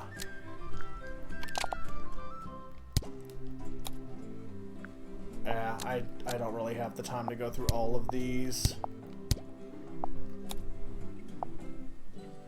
yeah, I figured they put their skills from Crow Country to use with the 3D modeling and stuff, which was a nice touch for the character models. Okay. Well, anyway, thank you everyone who was here watching. I know if there's anyone jumping in, the game's done. It's over. I finished it. That was 13 hours. Beat this game. The original game was like half the time. The Tingle Tower I played was half the time. If you did not see all the ending, or if you only saw bits of it, I mean, if you saw the ending, you know, I still think it's worth it. There's enough great humor, great writing. The mystery might not be as, you know, oh, I know what's going to happen, but I think there's enough smaller mini mysteries that are still worth playing. Just came out recently. This game is great. Definitely support SFB games if you like horror games. I'm not really into that, but I know Crow Country was also really well received. That's by them. But Tingle Tower was great. This game was great. Probably going to get a 10 out of 10 for me. I had a really fun time streaming it. Otherwise, I wouldn't have streamed it for 13 hours straight. Thank you again, Sakani, for the resub, and thank you everyone else who happened to pop in the morning, because, you know, usually I'm not streaming in the morning. But if you are interested, I will be playing Rune Factory on Friday at 8 p.m. Eastern. It will be Rune Factory 3. It will be my second session of that, and there will be a Name That Game Tune, RPG Name That Game Tune on Sunday at 8 p.m. Eastern. That should be pretty fun. But yeah, thank you everyone who's been here. Sakani, King Apples, William Shamspeare, Summer. Summer's probably gone at this point. But anyone else that happens to be lurking, I really don't know. You know, hope you guys enjoyed whatever you saw. The VOD has been... I had a few disconnects. The VOD has been split up. I will try to upload it to YouTube. But if you are interested, you can watch the entire VOD as well. Since I will make sure it's saved and on YouTube once it, you know, gets eventually deleted on Twitch automatically. Alright, I'm gonna go eat Arby's? Something. Arby's? Maybe Arby's. I'm thinking Arby's. Alright, thank you guys for watching. You know what? Hell, let's see if there's anyone to raid out of curiosity. Because it is morning now.